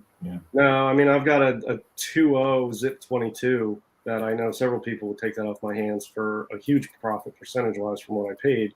And that's a low grade book. You know what I mean? Some things are so rare and sought after, it doesn't matter. True or false? Finding an underpriced low grade book is easier than an underpriced high grade book. No, I think it's harder to find an underpriced low grade book. Yeah, I think there's the undergrade. If okay, the value. I think higher grade books are priced more correctly than they are the lower grades. Lower grades sometimes are a little bit overpriced, especially at cons, than higher grades. Higher grades are priced more accordingly, but they're so far out of reach. I mean, they're $35,000 versus $5,000. Let's say. Yeah, you know, there's something in Golden Age because this stuff's so rare and there's so many people scrambling and it's expensive. There's a floor price, there's an entry level price. And once you get to a certain, go down in grade, when you get to a certain point, price doesn't really drop anymore below 2.0. You get a 1.0, a 1.5, a 1.8, and a 2.0, they're all about the same. It's tough to find a deal on a low grade because that's where most of the demand pool is. And so it's like a curve where the high price stuff, it goes down like this. And when you get to like 2.5 down to 1.0, it levels off. So it's really tough to find deals down there. But the higher price stuff, especially mid grades, you can find the most deals on mid grade stuff. I think mid grade's the best. Yeah, if you have I the think it's money easier to to step find. up and get a little bit out of that entry level Yeah. pool, And but you know, you're not you in have the a- And your high best roller- deal is buying raw. Well, sure, but Yeah, I mean 4.5. depends on the dealer. There's more variation among Yeah. 4.5s. If you get a bunch of 4.5 Golden Age books, there's a wide array of character to those books as far as presentability and condition, as opposed to 1.0s are all going to be beat. And then 8.0s are all going to be beautiful. 4.5s, you're going to have some beautiful copies and some beaters and everything in between. So you can find more deals. There's more variety in the mid grades because you can have a really good looking 4.5 and you can have a really beat 4.5. For any high grade collector, there are 10 low grade collectors. Yeah. I would say More yes. than that. Yeah. Probably, yeah. All right. So Last one. any book of any age, a 9.4 and above, sky is the limit. I don't On know. what? No, What was a 9.4 book of any age is not. Well, I don't think they meant like obviously the modern stuff where it's only 9/8. I First think of all, they're more 9.4 like and a gold silver age and silver and gold. is a unicorn. 9.4 and a golden age is a unicorn. So take that off the realm. Well, One or so two. that's true in Golden Age. 9.4, Yeah. So sky's the limit. I think that's a. No, I don't agree with that. I mean, it depends on Yeah. the census, right? Right. Yeah. Sky's not the limit on a 9.4 I'd ASM say 300. If you have the known highest grade of a Yeah, book, but a the sky's the 9.4 limit. ASM 300. Maybe. Nobody cares. Yeah, I mean, I Maybe. think the census drop is more important than a particular number because, have a dynamic 8 and a 3.0, and it's one of the highest grades on the census. Right. So that's equivalent to like a 9.4 of a Silver Age book, not price wise, but relative to the other copies on the census. I think the census drop is more important. That's why I bought my ASM 3 and a 7.5. If you look at the census after 7.5, it really drops off. There's only like 100 copies higher graded. So I don't need a 9.0 for that. That's too expensive and too elite. The 7.5 hits the rarity and grade on the census. So I feel like census drop's more important than just a random number. If you want games, buy any blue chip book of any grade. Yes. Yes. Yeah, but There aren't that many blue chips. what in blue my- chip is a kind Right. of I'm very Yeah, I specific mean- on what's a blue chip. Batman 1, you buy a Batman 1 of any grade, you're going to do all right. ASM 1 of any grade. We ready to show the auction stuff? Well, I'm almost done here. All right. It's more and more difficult to shift focus within the golden age when you get priced out of certain genres of the golden age. I don't think so. I mean, all the genres. I think it's true. I feel like What it genre used are to we talking be about? I could go into the horror maybe and like romance for a bit, but now it's like They're not all all those. over. There's enough horror out there that isn't Chamber 19 prices or Black Cat 50 prices. There are plenty out there that are. You can get yourself a Ken Bald, unknown. You know what is that book? From ACG. You know you can get an ACG book if you want, and if you want a romance book, go find a love book or something, not done by Matt Baker. Okay. Go by somebody else. There's plenty out there. Like I tell people, there's levels within levels. And you got to understand there's way too many people who say, oh, everything is so overpriced in this genre. Well, that's not true. And not everything is cheap in this genre. I mean, except for maybe Westerns. But, there are some Westerns that are really high priced, i.e. some Dick Ayers and Frazetta Ghost Riders and stuff, But all right, last three. Good. Last three. All right, here we go. Sorry. Many new to the market, new to Golden Age, still think coming in now is early. Is it early? No, it's not. But it's earlier than it is for silver. How about that? I think for Golden Age it's still early, especially some of this like the cover art. I think it's still early. Yes. Look, I don't think people are keeping it in perspective. We're seeing, like, think of the Silver Age books. Like, what do you need to reach 10 grand on a Silver Age book, right? I mean, what any title, any early issue in a decent condition. I mean, what ASM 4 and 8.5, 10 grand. FF5 and a 3.0, 10 grand. I mean, to reach 10 grand on a Silver Age, low grade, anything, early, whatever. What do you need for 10 grand for a Golden Age book? Yeah, I mean, most of my Golden Age books, now I got some cool shit, man. There's only a couple I think that might even be worth 10 grand. It's early, man. None of this stuff's worth 10 grand. Nothing I own is worth 10 grand. That Hit 7 is awesome. That's not even worth 10 grand. It's not even close.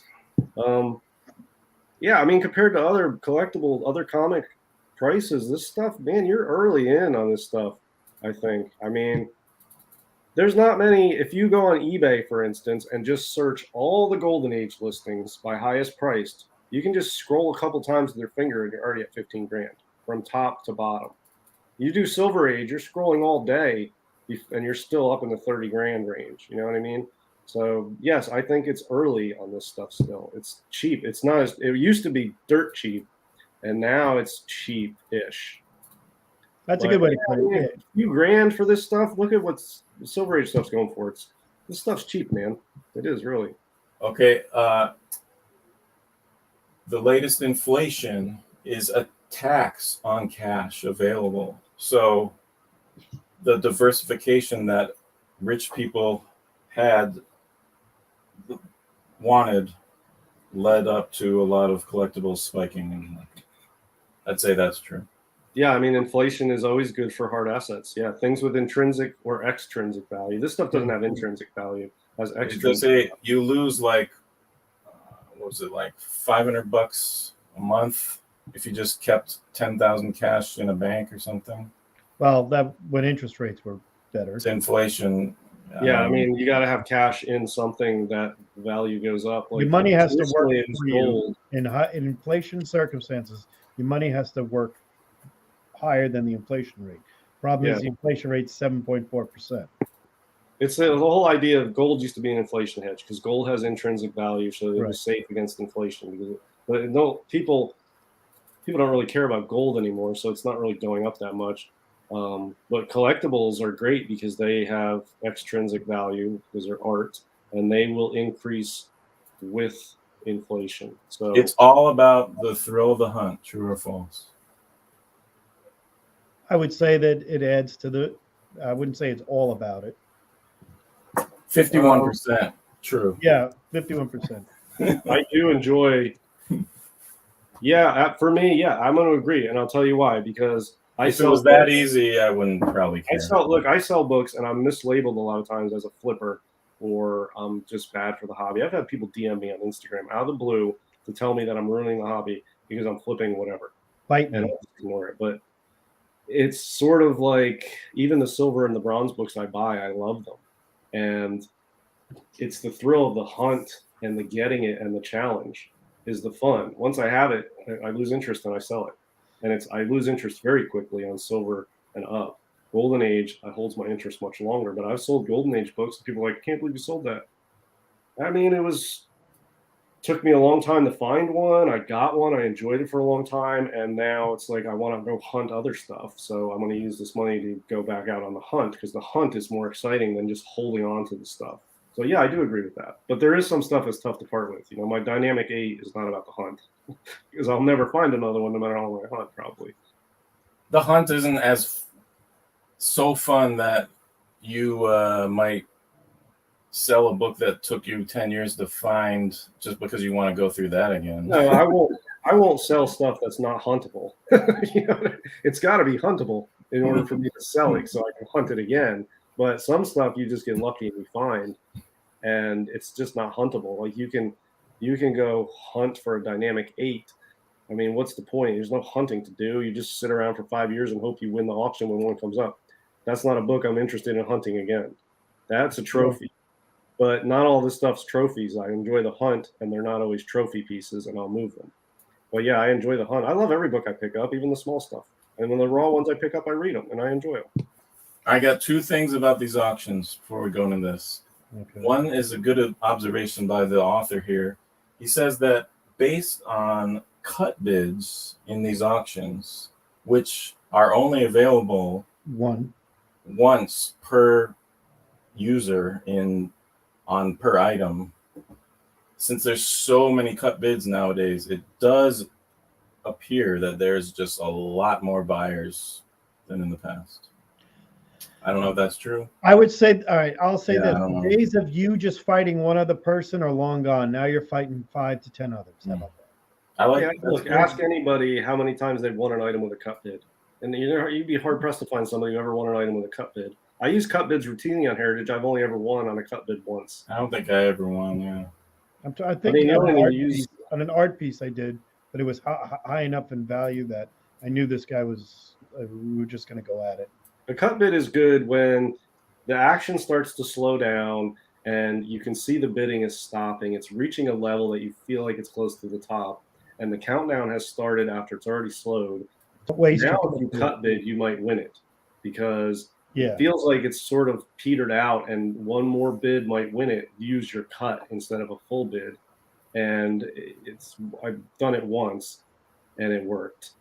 And then the other thing, cut bid, but a couple of people were talking about how with all these sales going, like especially books like Phantom Lady 17, they find it interesting that books like that, which aren't that rare, I mean, they're rare, but not the rarest in the Golden Age. Like they feel like the floodgates really haven't opened yet of like people like, oh wow, it's getting this much money now, sell it. Like they find it interesting that a lot of those books still haven't, there was only like, I don't know, 5 copies or something sold last year or something. I'm going to say on that cut bids work. End of story. yeah, look, I know people that went on cut bids and they tell me. Well, it wasn't about if they work or not. It was more just like that. If you're seeing a lot more of them, then yeah, like you said, those days of fighting one other guy is probably over. Right. I think we're at the point on you're not fighting one. If you're fighting one other, then the cut bid may not do it. But if you're fighting a group, it may not work. But at some point when it does slow down and you don't waste it and you know the right time, you could cut bid when it's high enough to where instead of you going up $1,000, you're going up $500, and you might have just priced the guy out of it. And what does that say if the floodgates, if there truly are 200 more copies of Phantom Lady 17 in well, not high grade, but like decent sellable grades, what does it say about that book and other books that, But I mean, even though these They prices bought are it for the insane, pro- we're if it not wasn't- seeing- if it wasn't a Promise Collection book, it would be half the price. And yeah, but look, there's not still how many expensive. Those other how ones. many Phantom Lady 17s in existence? I think 200? there's over 100. yeah, over 100. So say let's say 150. How many people you think want a Phantom Lady 17? Want 10,000. a lot. A lot more than 150. Yeah. So it doesn't matter if all of them come to market, they're going to be scooped up. And there's something I talk about called apparent rarity, where sometimes it takes a certain price point for people who own that book to realize, oh, yeah, it is worth selling now at these prices. And then a lot more do come to the market, and you start to get a better idea of what is out there. Even when that happens in Golden Age, they get scooped up, and all they do is serve to raise the value on the market, because each one goes progressively higher than the last until they run out, and then there's a drought again for a while. And and I've seen this happen with Harvey Precode, which are not rare. There's thousands of those, some of them out there. And Black Cat 50, Chamber 19, stuff like that started hitting the market in droves, and they're all over the place now. The demand is going to outpace the supply all the time, I feel like, because the ultimate supply of those, if all of them were available, they would all get scooped up, and there would still be people that want them. So, yeah, I'm not worried about the Golden Age. It doesn't really matter, but I think the prices now are bringing most things to market. I don't think anybody's sitting on stuff being like, well, I can't get enough for it yet. I think those days are over, because the people sitting on these things didn't pay that much for them. They're willing to put them on the market. So you're seeing people are blown away every month, every week, of what's coming to market in auction. Rare stuff that we've never seen before coming up. The floodgates are open. This is what it looks like when the floodgates open. We're there. I don't know about that. We're open, and everything is hitting the market, and there's still not enough to go around. I don't think the floodgates have opened, because there's a lot of rare books. I think a lot of books become more 12s in the last year. Yeah, I've seen more books than yeah. This is 100% true. It's opening. More books available now that we didn't see for 3 years. We've seen 7 or 8 in the last 6 months. It's opening. Yeah, I mean, Suspense 3, there's been several in the last year. We've seen there's an Adventure 27 in a current auction somewhere. I looked at, I can't remember where it was. Yeah, I can't even remember. There's an Adventure 27 out there. I can't even remember where it is, what auction it's in. The floodgates are open, and there are some people that aren't going to sell these books because they love them too much and they're too hard to replace. So they're just not coming to market, no matter what the price is, because some people don't care. Somebody has an Adventure 27 in a 7.5. They're not selling it. They don't care how much it's worth. They love it. They're never getting rid of it. Is that demand? So say there's those people who have them and love them and don't want to sell them until it's like, $5 million or something. Well, those is that people considered demand? Is that considered demand? Yeah. They're selling at highs. No, they're not More part of the supply is going at higher not prices. selling. They don't want to sell. They are selling. No, it's like locked up supply. I'm just saying if they aren't. If they aren't selling, then the price is going to come down. That's just it. But if they aren't selling, then they're not going to be more out there available. Eventually what happens is, if supply outweighs demand in Golden Age, something else is going on. Because demand in Golden Age has always been there. Now, demand at a certain price is a different story. It's value demand. Is the value demand for someone to spend, $15,000 on a Black Cat 50, and then all of a sudden it goes down to $7,000 because there's 30 more on the market? Well, that's just good luck to the guy who was the first one to sell it for 15. And sorry, Charlie, for being late on selling yours there. But I don't think in the Golden Age, the demand is so great that what we've seen with the supply coming in and the availability is more to do with the prices being high and people saying, I might as well cash out now. Yeah. Or people that have says, I haven't really cared about these things and seen these things in 10 years. Now's the time for me to do it. Or the other scenario, which I think is more likely the scenario is I want to sell this book because I have multiple copies of, because I bought multiple copies when they were lower. There are some people who did that, and especially in the Harveys and the ECs. We know people with multiple copies. Oh, I've had about 3 or 4 copies. Yeah, but what about the people like Anna? What's her name?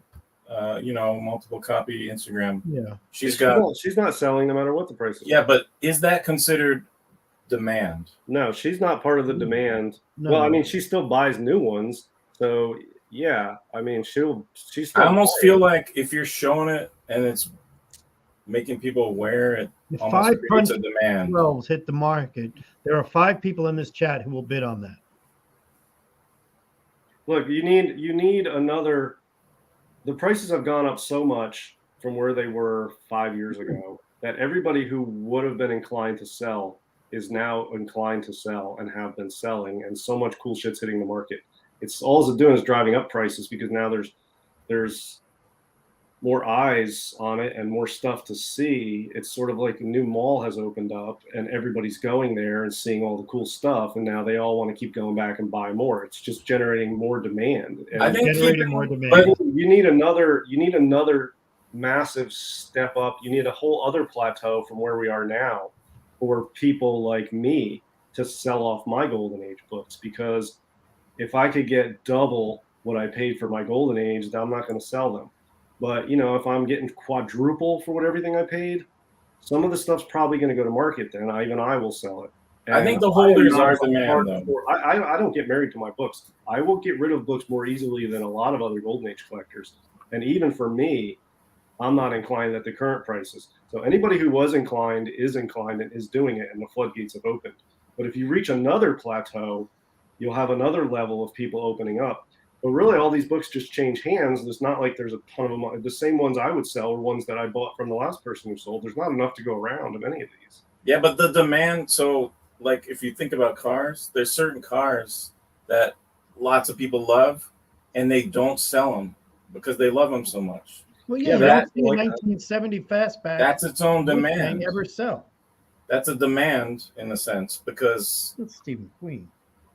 like, Yeah, eventually though, they're creating a supply problem. Yeah, and those come to market from time to time as collections when somebody gets to a certain age and they want to move them and they send them all to Heritage, or a dealer buys out an older guy's collection, or somebody's getting out of comics for personal reasons or something. And then you have entire collections being moved and showcased somewhere, and they're scarfed up quick. There's not enough supply in existence Yeah. to go around, and only 50% of the supply is out there at any given time. And the prices are so high right now compared to where they were. I feel like we're at the max 50% right now. Yeah. The floodgates are as open as they're ever going to be right now, and you can see what it's like. There's tons of cool shit, but it's still not a lot. All right. Well, that's how I feel about let's it. show me some amazing sales. Yeah, we can go through these. All right. Set it up and I'll put you on the big screen. I'm going to grab a drink while I'm at it. Got me riled up, Knights. Yeah, so here's the. Is it all right So if I what show I did was I sorted the last Heritage featured auction, the signature auction or whatever, by highest price and it going down from the highest price, and only comics. I got rid of all the art. So We won't see we're not going to look at every book. No Secret Wars 8 here. No. Well, I mean, unless one sold for $100,000 or something. Well, the No, page. just the original art. sold So for of free. course this one, the Rocket copy. I don't know if there's other Rocket copies, but the fact I never that- heard of Rocket before this. Well, it has a Rocket stamp on it, It's and got a actually Rocket this stamp book on came with the stamp that the kid used to stamp the book. You got this book for $3 million, and then you got the actual stamp the kid used. It's kind of cool to go with it. Why But is it not? the gold, Rocket then? copy makes me think that there's other books out there that are Rocket Yeah. copies. Is it Yeah. old then? Like, is it a pedigree or is No. it? It's not. I mean, it's not a pedigree, but I don't know. But it's a That's Rocket weird. copy. Everybody knows what the Rocket copy is now. It's got a cool Rocket stamp on it. And then this one, I still feel like this was a deal. Whoever, I mean, it was 360 grand, but I feel like there's Action 1, Tech 27, Marvel 1, and probably Cap 1. Like those are the big four, and this one is still climbing. You know what I think people are holding is they're holding on the October copies of this because I swear I have not seen one in a long time. Yeah, maybe. But you see what I mean? What I'm saying about Floodgates. Here's a Marvel one. You never seen Marvel ones. This is like the third one I've seen this year. Yeah, there's been a lot in the past. Well, not a lot, but there's been more in the past. 2 years than. Yeah. So here's the first Aquaman, Green Arrow, and somebody else. Wow. Pretty big book. It's a big book. It's a great book. Yeah, 192,000. So yeah, I'm okay with that. I'm gonna skip the AF-15s. Yep, we don't care. This one surprised me. Charles Byron cover finally getting what's going on there. I mean, it's simply gruesome, but I think it's a great. I think congratulations on this one. I think that is the highest grade though, isn't it? Let's see. 2 and 9.4, none higher. Yes, so it's tied with one other one. So I thought that would be because that's an iconic, definitely gruesome image. I mean, I guess it's not horror. That's just brutal. It's kind of like the Phantom Lady 17, right? Like it doesn't appeal to everyone. I don't feel like it's that amazing of a cover, but it symbolizes the peak of one of the genres. Yeah, and it's a very tough book, and there's guys out there that were looking for a high grade copy for years, and they probably were hitting Gabe up to buy this, and he wouldn't sell it. And now it came to market, and it only takes two to tango. And there you go, 102,000 people. So amazing. That's been waiting years to get that copy. It's amazing that copy. I mean, considering how old it is, that book just really looks amazing. I know. Here's a incomplete Soup 1 for 96 grand. So that's a great looking. Yeah, it's pretty good. So here's the difference. There's something about it's incomplete though. I think you have to specialize the fact that's an incomplete book. It presents great. That was a cover buyer, which is fine because most of these are, but it is an incomplete copy. I do not think close to $100,000 for an incomplete book. Even if, I mean, forget the grade being a 0.5 because it doesn't present like a 0.5. It presents like a 4.0. But what's incomplete about it?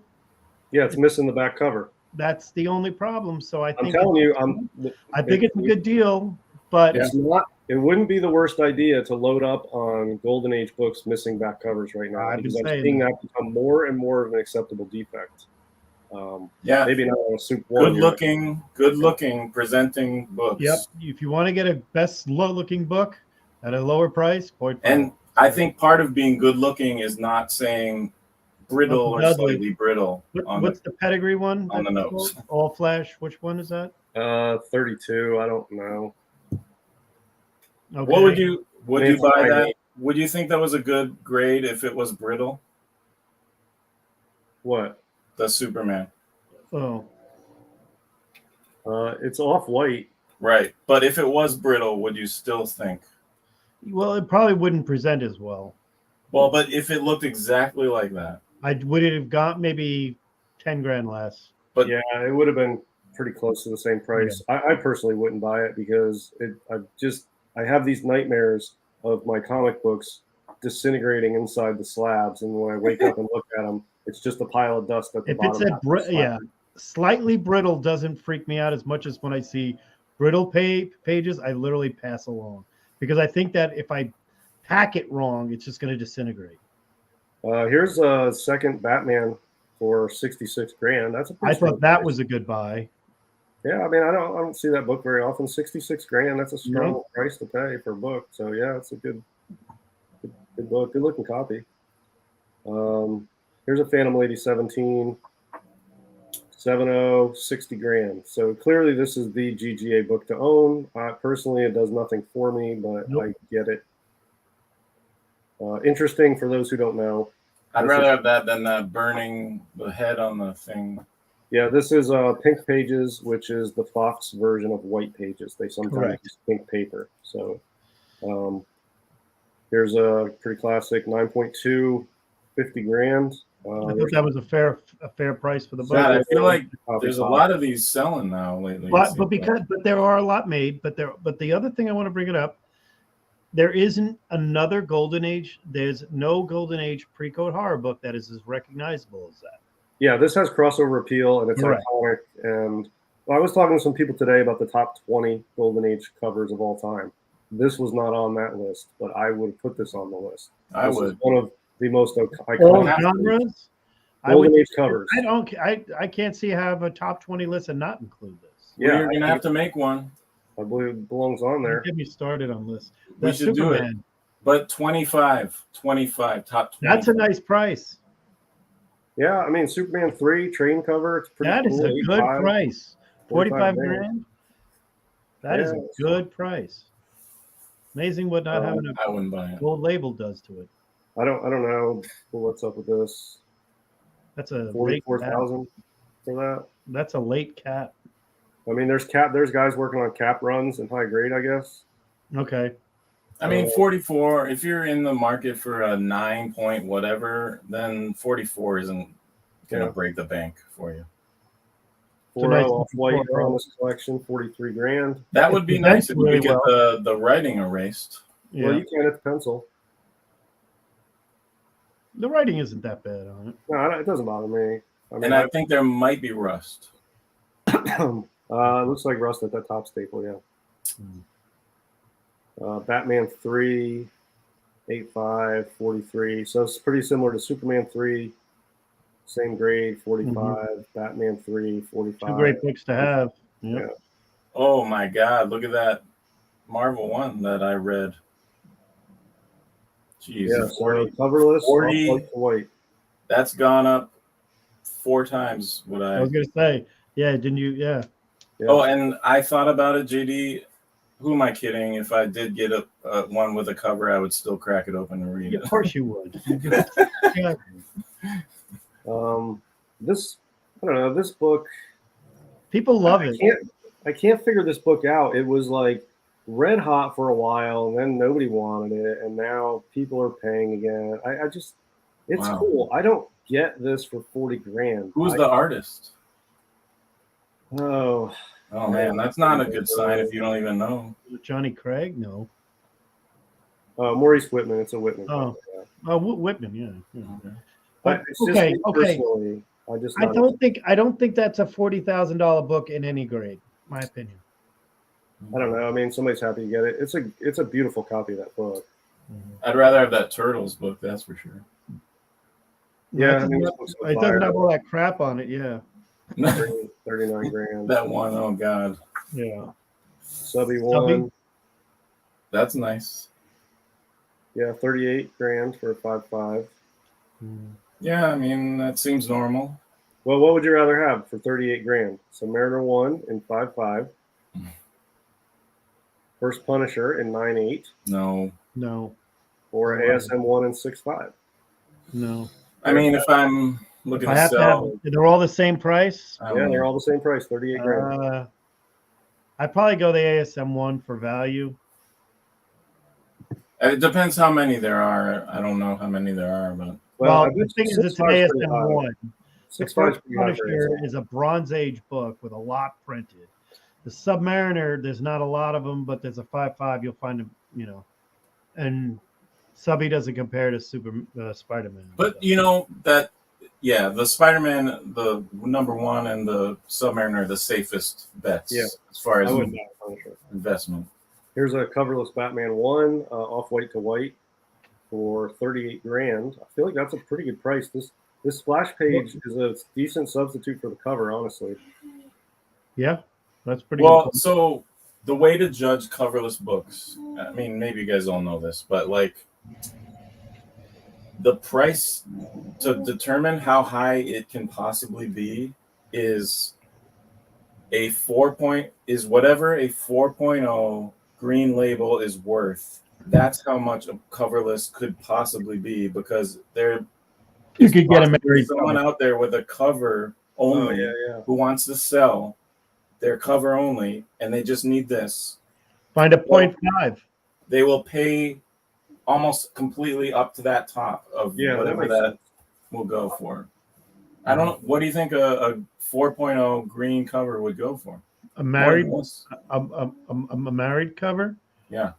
Well, Yeah, I would if it's say- cover alone, the cover would probably go for about 25, 30 grand. No, I'm I would saying say- once he gets this, It Yeah, puts that 100. cover on there, And he and it's puts a a floral 4.0. green label on that. Maybe a 100.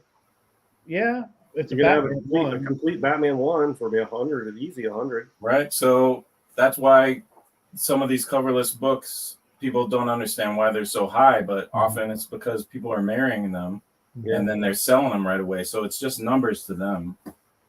You know, There's another gruesome cover. That's one of the gruesome ones. I That's thought cool. that was a good buy because I talked to somebody about that and they were like they were in the run for that one. Yeah, I think that's a good price for that. Yeah, they were in The the only run. thing For I don't that. like about this That's a particular- lot harder to find than that Ghost is for sure. Yeah, it's got a little tanning on the top. I'm not a fan of tanning on covers, but I probably wouldn't bother. I wouldn't worry me for 38 grand on this. I feel like it's a good price for this book. Yeah, I mean, look at the reds. Honestly, I'd rather have that than have the first Punisher. oh yeah, God. Cap 3, 38. This is 38,000 also. That- That I mean, seems we're a little coming low. close. Well, I don't think it's a $10,000 a point book either. That seems like a fair price to me, but I'm not a I timing think guy. it's a fair price. I think I'm that's a glad it little didn't low. break 40 because I think the number I said was about 35 for that. So Well, I don't know. If it's low, then somebody got a good deal because it's a beautiful looking. I mean, not low, like, oh my God. I thought it was like, third. I mean, I think it's a fair price. they're not I don't going to think anybody reject overpaid regret for it. that. But I'm glad it didn't go for above 50. Wait, go. What was the Fantastic Four? Okay. Daredevil. Wow, 36. Okay. Yeah, 37,000. But that's a early Silver Age and 7. That's a nice looking 5. Damn. Yeah, Yeah. that's a real nice looking copy. So Rough clean trade. on that edge. Off white to white too. Daring. I'm gonna skip the daring. Go right to that first donate Roman that. Grundy getting some love right there. I think this is a good deal on this book. 6.0 white pages. There aren't that many of them in high grade at all. And I think for the price on that one, considering at 3 years ago, a 3.5 was going for close to 15. I mean, I That's saw a price. 2.0. A 2.0 just sold for 10. Yeah. I mean, yeah. That's a good price for that. It's a 6.0 6.0. white. That's a high grade for that book. Yeah, and look at the colors on this thing. I mean, Really nice book. Jesus. It's freaking beautiful, man. Good price. God, that's a great copy for 36. This first Black Terror, I think. Yeah. Yeah, this is a pretty sought after book. It's pretty tough to find this book. 33,000 for a 6.5. I hardly ever see this book come up for sale, so I think that's It's a rarity. Yeah, it's not too often. I mean, if he wasn't public domain, I think it would be go for more. I think this book, you guys know I'm big Oh, on. there you go. There you go. 6 for 31,000. I feel like that's a good deal on that. Mhm. Oh God, here it comes. No, don't do this. to More me. fun. This is the steal of the auction in my Yeah. What did it go for? Under? I thought it was. 31,200. I thought 50,000 for that book. It should be 50 at least. Yeah. I mean, it's an 8.0 white. It's a beautiful copy. I believe this might be the Detroit Trolley copy because that L is what all the Detroit Trolley copies have. An L looks exactly like that. This is wheelhouse year and condition and appearance for books from that collection, which Mhm. of one I've owned. Such a good And book. in any event, 8.0 white, and it just looks beautiful. And this is one of the best Golden Age covers of all time, too, I think. I agree with you on that. For 31, and yeah, so that's the steal of the auction. Yeah. Yeah, but it's funny because I don't know about you guys, but I've never. even And come wait, close go to that Ranger. spending- And now we've Spending got that the most much. overpaid. No, I've never spent more than the most I've ever spent on a book is $8,000. Never spent more than that. Okay. I haven't broke the 20. That is over. That's Ranger. What number? Well, this I think this is a key. I think. Yeah, the origin of first appearance of Firehair. Right. So I was going it to is- say that book actually. I'm going to say right now that's kind of a cool book to have. It's a lot of money, and maybe the pedigree added a lot to it. But even in a 7.0 book of that was going in the thousands. So Yeah, I think have no that's problem with that. That's an example of a promised book that will definitely hold its value. Yeah, I think that's Yeah, a good one. The cover's agree. cool. It's got a key yeah, it's a element. good one. And it's one of the tougher issues to find that run. Superman 32. No, none of that. Well, the gangsters is The kind Gangsters. of yeah. Gangsters. Yeah, I mean, all right. Oh, yeah, I thought you were talking about the gangsters on this. But you're No. talking about the literal gangsters here. Yeah. Yeah, that one's cool. Yeah, I mean, it's a 9.4 white. Yeah, a very unique cover. Skull covers are hot, and 26 grand. I don't have a problem with that. There we go. Another Chamber of Chills. Jesus. Yeah, this one's an 8.5 for half the price of the Wow. 9.2. Yeah, I mean, there's a lot of copies of this out there, but there's a lot of people that want one. I remember telling you, I think I don't want to pay more than $400. Yeah. Interesting thing about this cover, there's very rarely you will find one with the cherry intact. Oh yeah. It's very rare. It's only like 1 in every 20 copies that I see. And I think this one you can see the cherry. Tell them what that means because most smokers don't. It's the end of the I mean, the red- non-smokers. The red red part burning of embers on the end of the cigarette. Yeah. So most of them, they're wrapped where that's cut off. This one has the cherry on it. It's very Yeah, rare that's to cool. find the cherry. It's just a cool little thing, if you're looking at these books to try to find one with the cherry intact. Has that ever happened to you when you bought a book and then you hear someone talk about it later and they're like, yeah, I got this with the blah, blah, blah. And then you look at yours and you're like, ah, crap. Yeah. Sales cents 39 and the 10-cent mark. Yeah. This one I feel like is a good deal for 25. It's a Matt Baker, but it's really, really good cover. That is a really nice book. Yeah. That is very tough to find. Is that an early Baker? Well, Baker's first No, it's work like was 1954. Jumbo 69. It's 54, so it's not an early one, but it's No, just his first really book cool. was in the 40s. Okay. Jumbo 69 is his first work. And this one, it reminds me a lot of a movie poster from like the 50s. Hmm It looks like Yeah. a movie poster for a horror Black- movie more than a comic book. Creatures of the Black Lagoon. Yeah, but I mean, I even don't- the fonts, the layout, I mean, it just looks like a movie Yeah. poster. Good. We skip over All World's Finest. Yeah, here's one thing I was saying, Mike. Like the floodgates are open. This is a book that never shows up, and then the fourth one we've seen in less than a Yeah. year. That's Right. true. Yeah. That's what I'm Fourth one, saying. I know. So fourth one we've seen in less than a year, and I think this was actually a better buy than some of the other ones because the ones that we saw selling for 5.0 and 6.0 were going. I mean, this is a pretty good buy I think overall. it's good for 24 grand. I mean, it's a Yeah, pretty I think that classic. was a good because of the grade. You can't go wrong on it. Yeah, those super mysteries are zany, man. They got all kinds of crazy shit going on. Hey, what? Can you tell me the date of that Matt Baker one again, real quick? I don't know the date. Oh, the date of that one was 54. Because the Creature of the Black Lagoon came out in February 1954. All right, well, this doesn't have a month. It's just 54. Yeah, Oh, it says October. that was the So publisher. slightly less cool.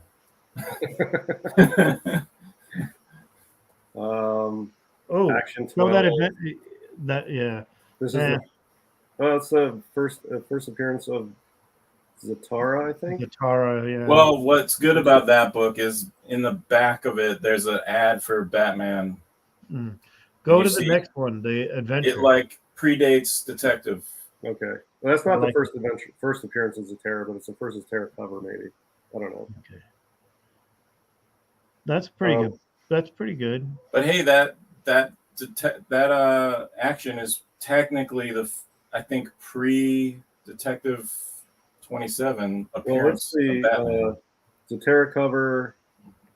Okay, so it's not a key or anything. It's Well, just, if you know, It's like when you get a More Fun 31, it has the ad for if you're in the Action know. 1 before Action 1 by a month.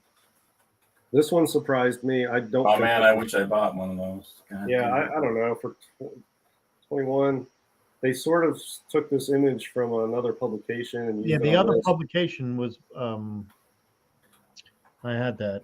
Yeah, I can't remember, but this is an actress photo cover, and I guess this is Sodi, the Sodi book. This Yeah, represents Sodi. Sodi more than any other book. So I think Dr. that's why- Wertheim, piece of shit. But I feel like there's better books out there. But that is a high grade copy if you're looking for it. You could do worse for 20 grand in this market. Yeah. That's for And sure. they did in this auction. There it is, that black Dane Whitman. Right there. All right, yeah. wait. I got the scoop. There's a So lot of those. I mean, I can't believe I sold my book. I had an 8.0 and a 9.2. I can't believe it went for that high. Yeah, I know. 9.8 Silver Age key though. What do you It's think? not that big of a key. It's Hey, it is he's today. a side. It is for a little while. Yeah, I agree. I wouldn't buy it, but yeah. all right, let me tell you the scoop of that Action 12. There's a lot of that George Right. Johnson book. So in the back, in one of the last pages, there's a coming soon, the Batman, and it shows a pretty sweet picture of him with the Yeah, ears and all that. The one that's like usually on the top of the Detective Comics, Batman. Oh, yeah. There's one of those inside that book, and that is 2 weeks before Detective 27. Oh, Right. nice. There in a More Fun 31, a month before Action 1, there's an ad for Yeah. Action. There's an ad for Action 1 in More Fun 31 and More Fun 32 in the same month. One says coming soon, and one says be on soon or whatever. Well, that the one with the Indian and the eagle on it. Yeah. I got to look at that, and I wish I just somehow was able to buy it off the guy. But like, there's a full front page of the cover ad for Action Comics 1. Right. That's Predates More it. Fun It's really, 31. really Yeah. nice. All right, so Planet Comics 28. This is the Mile High, 9.6. That's nice. Yeah, so Great product. Planet Comics are common enough that people see them and get interested in them, but rare enough to keep them valuable. And I think high grade planets are one of the best golden age investments you can make. Buy and hold high grade planets. And by high grade, probably 8.0 and up. 8.0 and up. Any planet issues, just buy and hold. I feel like those are blue chips. Not something I really plan on doing, but that's just my opinion on planets. It's a very popular title, and there's enough of them that a lot of people get interested in collecting them because it's doable. But it's challenging enough to keep the price up. How's Bub doing on his Planet collection? He's doing pretty good. He's got like over half of them, Nice. and Great. he's just going for low grade feeders of whatever he can get on a budget, and he's got more than half of them. Nice. Awesome. Yeah, and he's getting them slabbed, and then he's entering them on the registry. Oh, really? Wow. Fun. So yeah, he's having a very fun planet adventure going on with this comic collecting. Let's look at that Submariner. Ohio pedigree, 9.8. Wow. 20 grand. You know, I always think that smudge of black Yeah. on his face is always like a smudge on the book. Yeah. I know. Does look like that. That's a pretty cool book, but I don't like his. Oh, Pyramid. Famous Funnies. Mm. 9 Signed by who? Signed for that. 19,000. Yeah, I mean, Frazetta, Famous Funnies are hot. Of course, they're good stuff. Is it signed by Frazetta? Frank Frazetta signature series, yeah. There aren't many of them. But I wonder where. I don't see it on the cover. Well, I think it's down there on the. Oh yeah, it's right here. Yeah. Yep. Yeah, because here's the one on the book, and here's the one he wrote. Hmm. Yeah, that's cool. That's Yeah, a nice looking copy. Jesus. Oh yeah, that's the good one. What's up with that? Wait, why is that restored Doctor Strange so high? I bet you Wow. because I bet it can be removed. small amount of color touch on cover, so somebody figures they can remove it and keep Is it. it what is it a parent A or what's the Wow.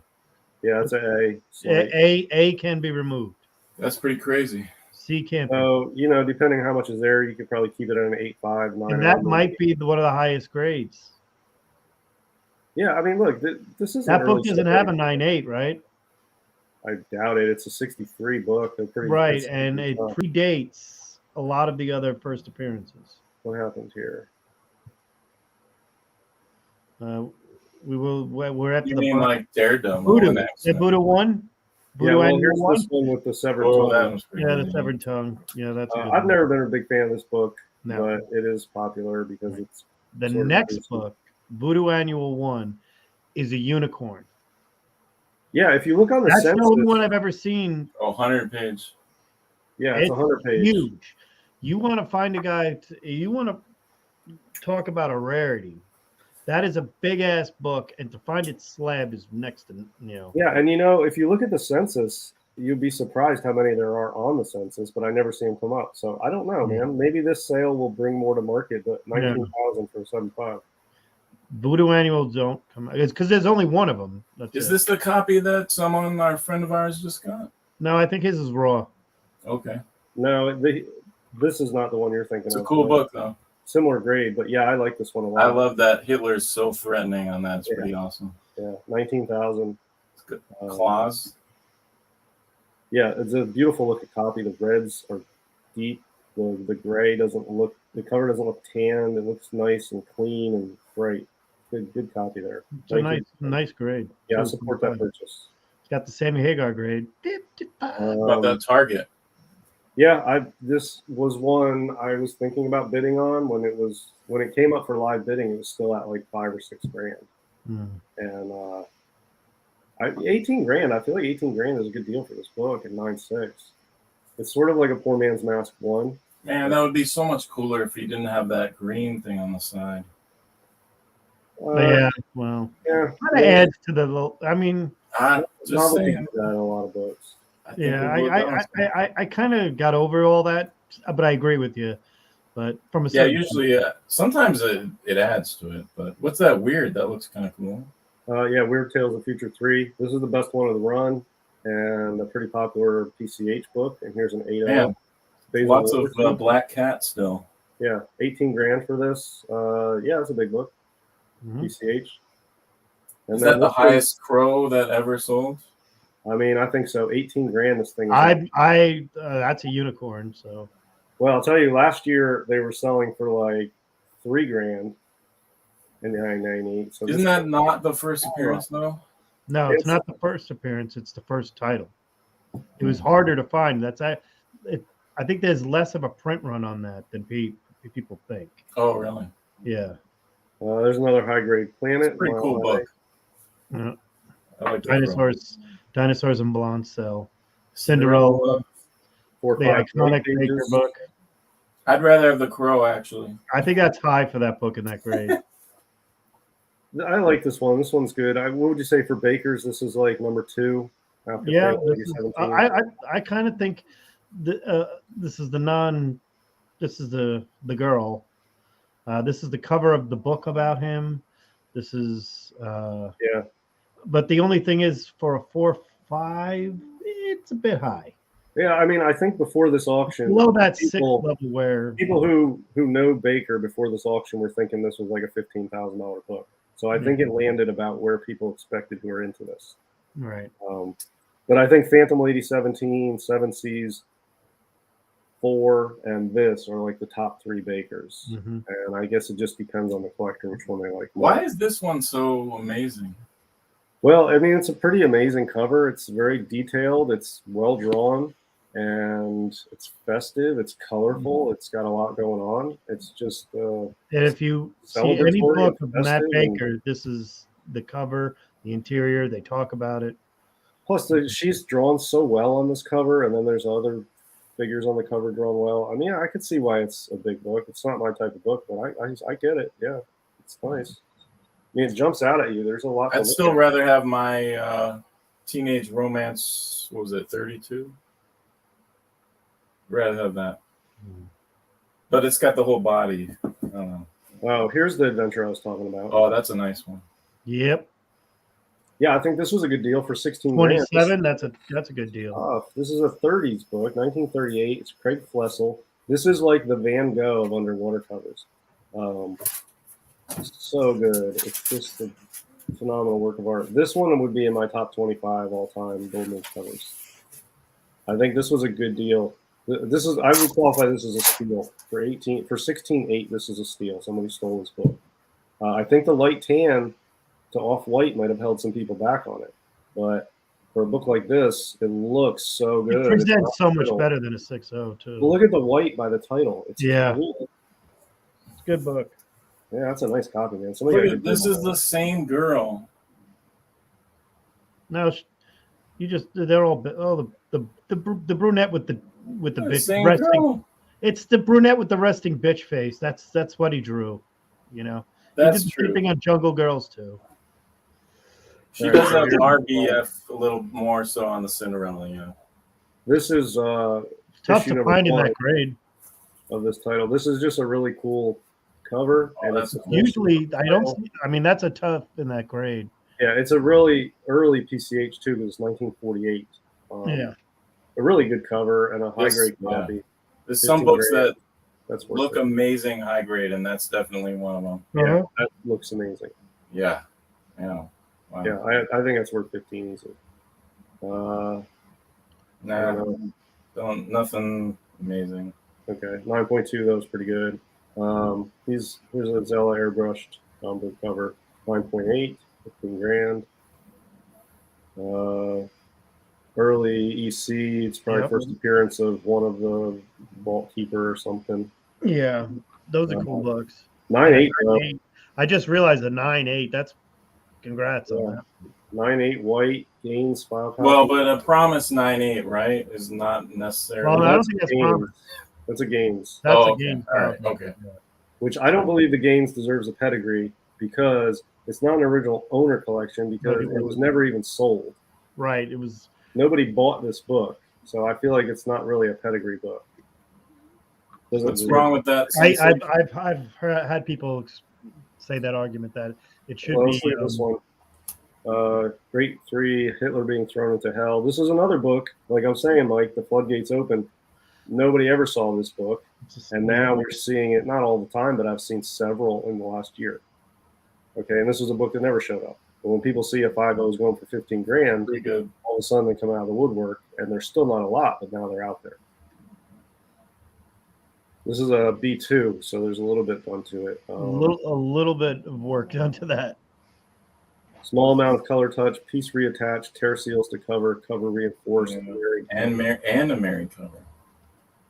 Yeah, but it still looks pretty good. It's still Sensation 1, you know. Yeah, I would think I would go for half price. It went for 15 instead of 40. Yeah.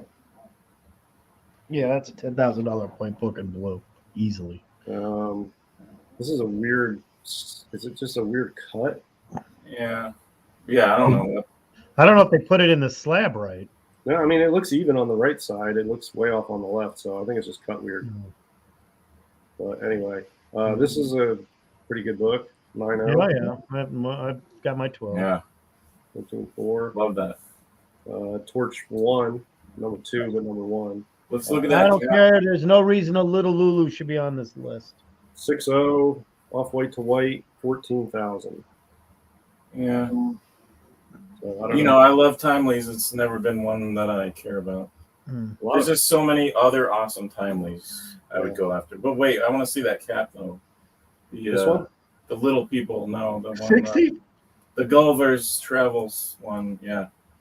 Oh, that one. Yeah. Promise It's just one of those. There's like 3, ones towards this number that are just bizarre, wacko. Yeah. It's interesting. It's a pretty nice grade for that. Yeah. 9.0, 14 grand. Little Lulu 1. Get it off. Well, I want to see. It's probably the first appearance of something. And it's probably not. I don't care if it's Little Lulu's first appearance. First issue. I don't know. It's just the first Lulu, but There's a lot. I mean, I don't know if there's a lot, but there's no real push for Little Lulu.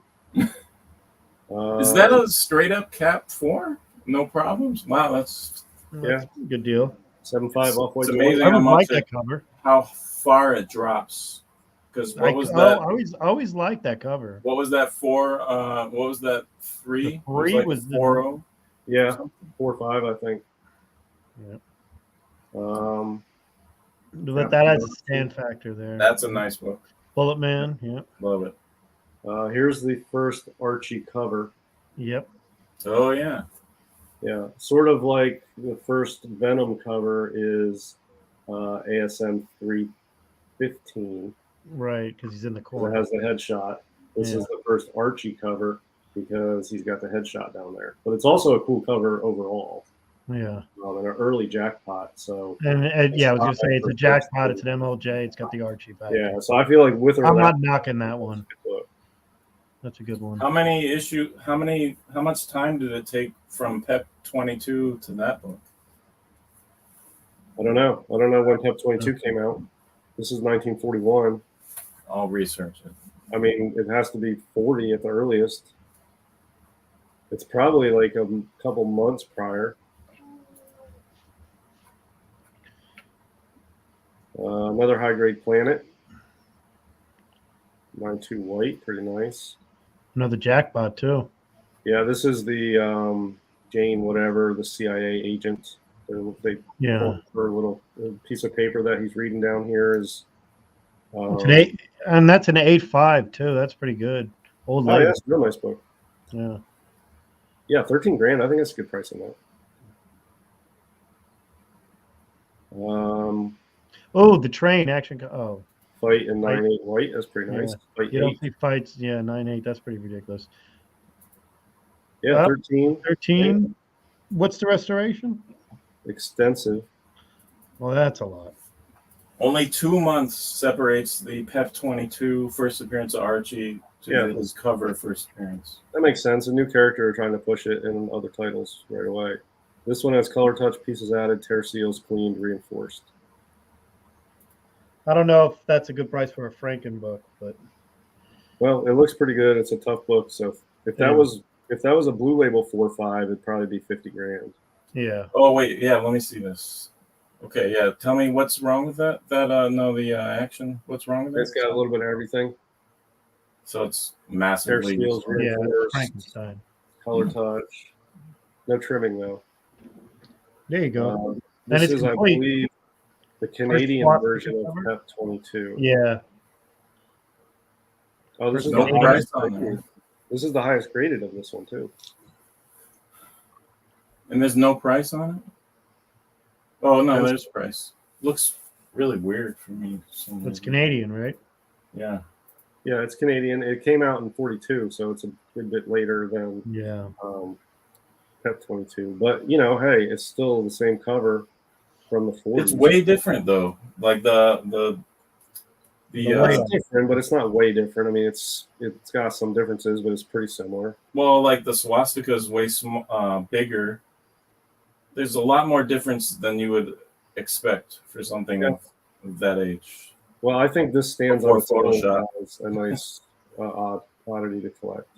It's almost Yeah, nicer Sean, than the that's the American. thing. You got the Stanley factor of Cap 3, obviously. Yeah. You know, 8.0 here for 13. I mean, as far as Captain Marvel keys go, I feel like that's a pretty good price on that. Can you go back up real quick? I just missed that row. Okay, yeah, nothing. Oh, that. I need one of those Marvel 7s. No. I gave up. 6.5 for 12. 6.5 off white. It's nice. Yeah, it is nice. And then there's Toro inside a bomb. Yeah, 9.0. not my favorite cover. And No. then the magazine holder for I like this weird cover though. Yeah, that's cool. George Tuska cover. 12,000 for a 6.0. That's Very a pulp. pretty nice copy of that book, yeah. And it's not unusual to see this one in the magazine holder, by the way. All select. I'll select 8. Yeah, it's no Nazis on there. Right. I pissed off one guy once at a con because I said, "Yeah, it's too bad there's didn't have anything to do with World War II on that cover." There you go, DS. That's got the octopus and the shark. Yeah, this is a tough book, and this is a really cool book. And I think this is one of those books where people are surprised how high it goes, but they're not like, oh, that person's so stupid for A paying. prize book, by the way. We're talking about prize. Yeah, it's like, oh my God, I went for 11.4. Wow. But probably worth it because that's such an awesome book. It's not like 11.4, haha, somebody's stupid and overpaid for it. It's surprising, but we get it. That's the difference with this and some of like the bronze keys going for 100 grand. Where people are like, that's so stupid to pay that for that. People are surprised at this, but I don't think people are like, that's so stupid they overpaid. It's just surprisingly high, but probably worth it because it's so cool. But you never see this book, and then a 5. Well, I was going to say, it's a rarity. Yeah, that's a good one, man. And then There's another weird cap. Yeah, I mean we're down to the 10,000 range. Here's Science 2. Oh, for yeah. 10,000. Oh, science. That's a It's a cool wow. book. I don't. I see the prices have got me all out of whack because I'm like, Yeah, but that's the a great last Science deal. one, But the it's last like, I Science, don't know. the last Science 1 and Science 2 that came up were both 5.0s, and they both sold for 10. So this is pretty stable at 10 grand. There was a 5.0, it might be the same one, but there was a Science 1, Science 2 and 5.0 not long ago, also sold for 10. And then there was a Science 1 in 5.0 that sold for 10. So I feel like this is a $10,000 book, which then that makes me think like I have a Planet 1 in 5.5. Okay, well, what's that worth? Well, you can't just look it up on GPA. Well, if the Science 1 and 2s in 5.0 are going for 10, I feel like a Planet 1 in 5.5 should be like 12. Well, you're crossing Yeah, a little publishing better here. than this book, I think. So, Well- but 10 to 12 is how I would value a Planet 1 in the same condition based on these. I think they're very similar in books. I think they're similar, yeah, but you're crossing publisher platforms too. So. Yeah, but I mean, if I were to sell my Planet 1, what do I price it at? Well, I would look at these and be like, okay, so it's probably worth 10 to 12. And Okay. that's what Yeah, I would say you're fair on that. it's just an example of how sometimes I'll figure out values on books when you That's can't just cool. look it up. That's it. You need a Science 1 for your Planet 1. I know I do. Yeah, give me a 5.0 and give me 10 grand. I'll get one. You know what I mean? It's not easy. But here's a 3.5 white for 10 grand. Yeah. I don't think that's I ridiculous. think. Ridiculous. Common book. Common Yeah, book. but here's the ridiculous. thing. You know, new people in the hobby, this book is on all their lists. So this Yeah. has higher demand than we're used to for Golden Age books because Yeah, this has broad appeal. It's like a Chamber 19. It's not just Yeah, hard. it's a good point. Yeah. So I would expect this to go a little higher, but Was this on What that genre is this? What genre is that? sci-fi? sci-fi. Well, but this can't be the top sci-fi. I mean, It's it's the top is it robot. top sci-fi. Is it the top sci-fi book? It's the top robot next to Fantastic 3, I'll tell you that. I would say the top sci-fi book is Planet 1 because it's early. It's the first issue of the sci-fi title. It's a Lufine cover. Well, what about Fantastic 3 or whatever? That's number one. Yeah, Fantastic 3 is probably number 1 actually. That's Sure. the best robot cover. This is number Sci-fi, yeah. Because you're that's right. kind of That's probably number sci-fi, one. right? Yeah. I would put Daring Mystery 1 up there. I would put Yeah. Lordling 49 up there. Mhm. Planet 1, Science 2, Wonderworld 7. Fantastic Funnies 105. Mm. Blue Bolt 105 probably be up there. Yeah, Blue Ball 105, yeah. Weird Fantasy 29. Famous Funnies 213. Yep, plenty. Yeah, there's a lot of good sci-fi books. This is definitely in the top.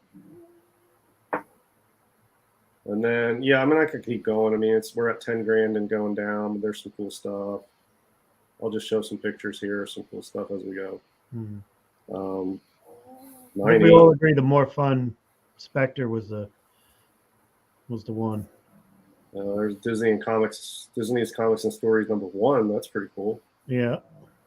Here's a very rare PCH book in a 7.0, 10 grand. I was going to say this is even though it's a Harvey, I mean even though it's a Fawcett, this is a tough book to find. This magazine is Haunted. 3. Oh, and I did hear. So I looked for this. We talked before the show, and I said that I heard that this was the first heritage auction where they accepted digital currencies. Yeah, But I couldn't like verify that anywhere. So I don't know. Yeah, how I to- didn't hear that. While until they you were said- starting the bidding, Bitcoin was probably at 55, and when it closed, it was at 42. So Yeah, so that's it. That's the highest priced books. there we go. Nice. There you go. Well, that's our rundown of the Heritage Auction, and we did our true false session there on various facts, and we showed Yep. some of the books. We had a great discussion. I want to thank everybody for joining me. Obviously, DS there, everybody in the chat. So You know, Oh, and, Sean, guys- I missed the chat because my window is up, but I'm looking at the chat now. So Sean won that Yeah. More Fun 54. we were going to that- say congratulations, Sean, on that. Oh, Congrats. Congratulations on Congrats that on that. Spectre book. That That was was one- son so of the a- awesome. I asked somebody if they saw it at C2E2 when they were there. I said, "Did you see anything there? Did you hear about one?" And they said, "No, there's one going up for Heritage." I said, "I hope somebody gets it that we know." And Sean, I know a couple of people who bid behind you, and congrats that you got it. So congrats on I'm that. jealous. Really jealous. Starlight Comics more modern appeal to young collectors because of Bender. I think that you're hitting the nail on the head there. But if you're collecting a book from a guy from Futurama, you got money to burn. I'm not sure somebody's going to spend 10 grand just because because it's Futurama. something up from Futurama. So I want to thank everybody for joining us. We had a great time, and we'll see you guys in a couple of weeks. Hopefully, we'll get some books. Lewis will be back. I know he's got 6. Ooh, and someone said Baker Big copied it from another artist. Yeah, I've heard that, but I don't know the other reference to it. Yeah, it's a swipe to from an earlier book, and that they lifted it and changed the title and everything. Right. The description is similar, but some of the words are changed. Yep. On the cover. On the Cinderella Love. But thank you guys very much for joining us. Thank you all for being a friend. Catch you guys in a couple of weeks. Later.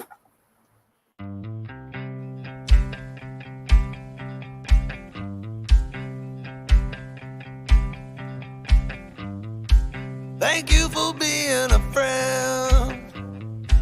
Travel down the road and back again. Your heart is true.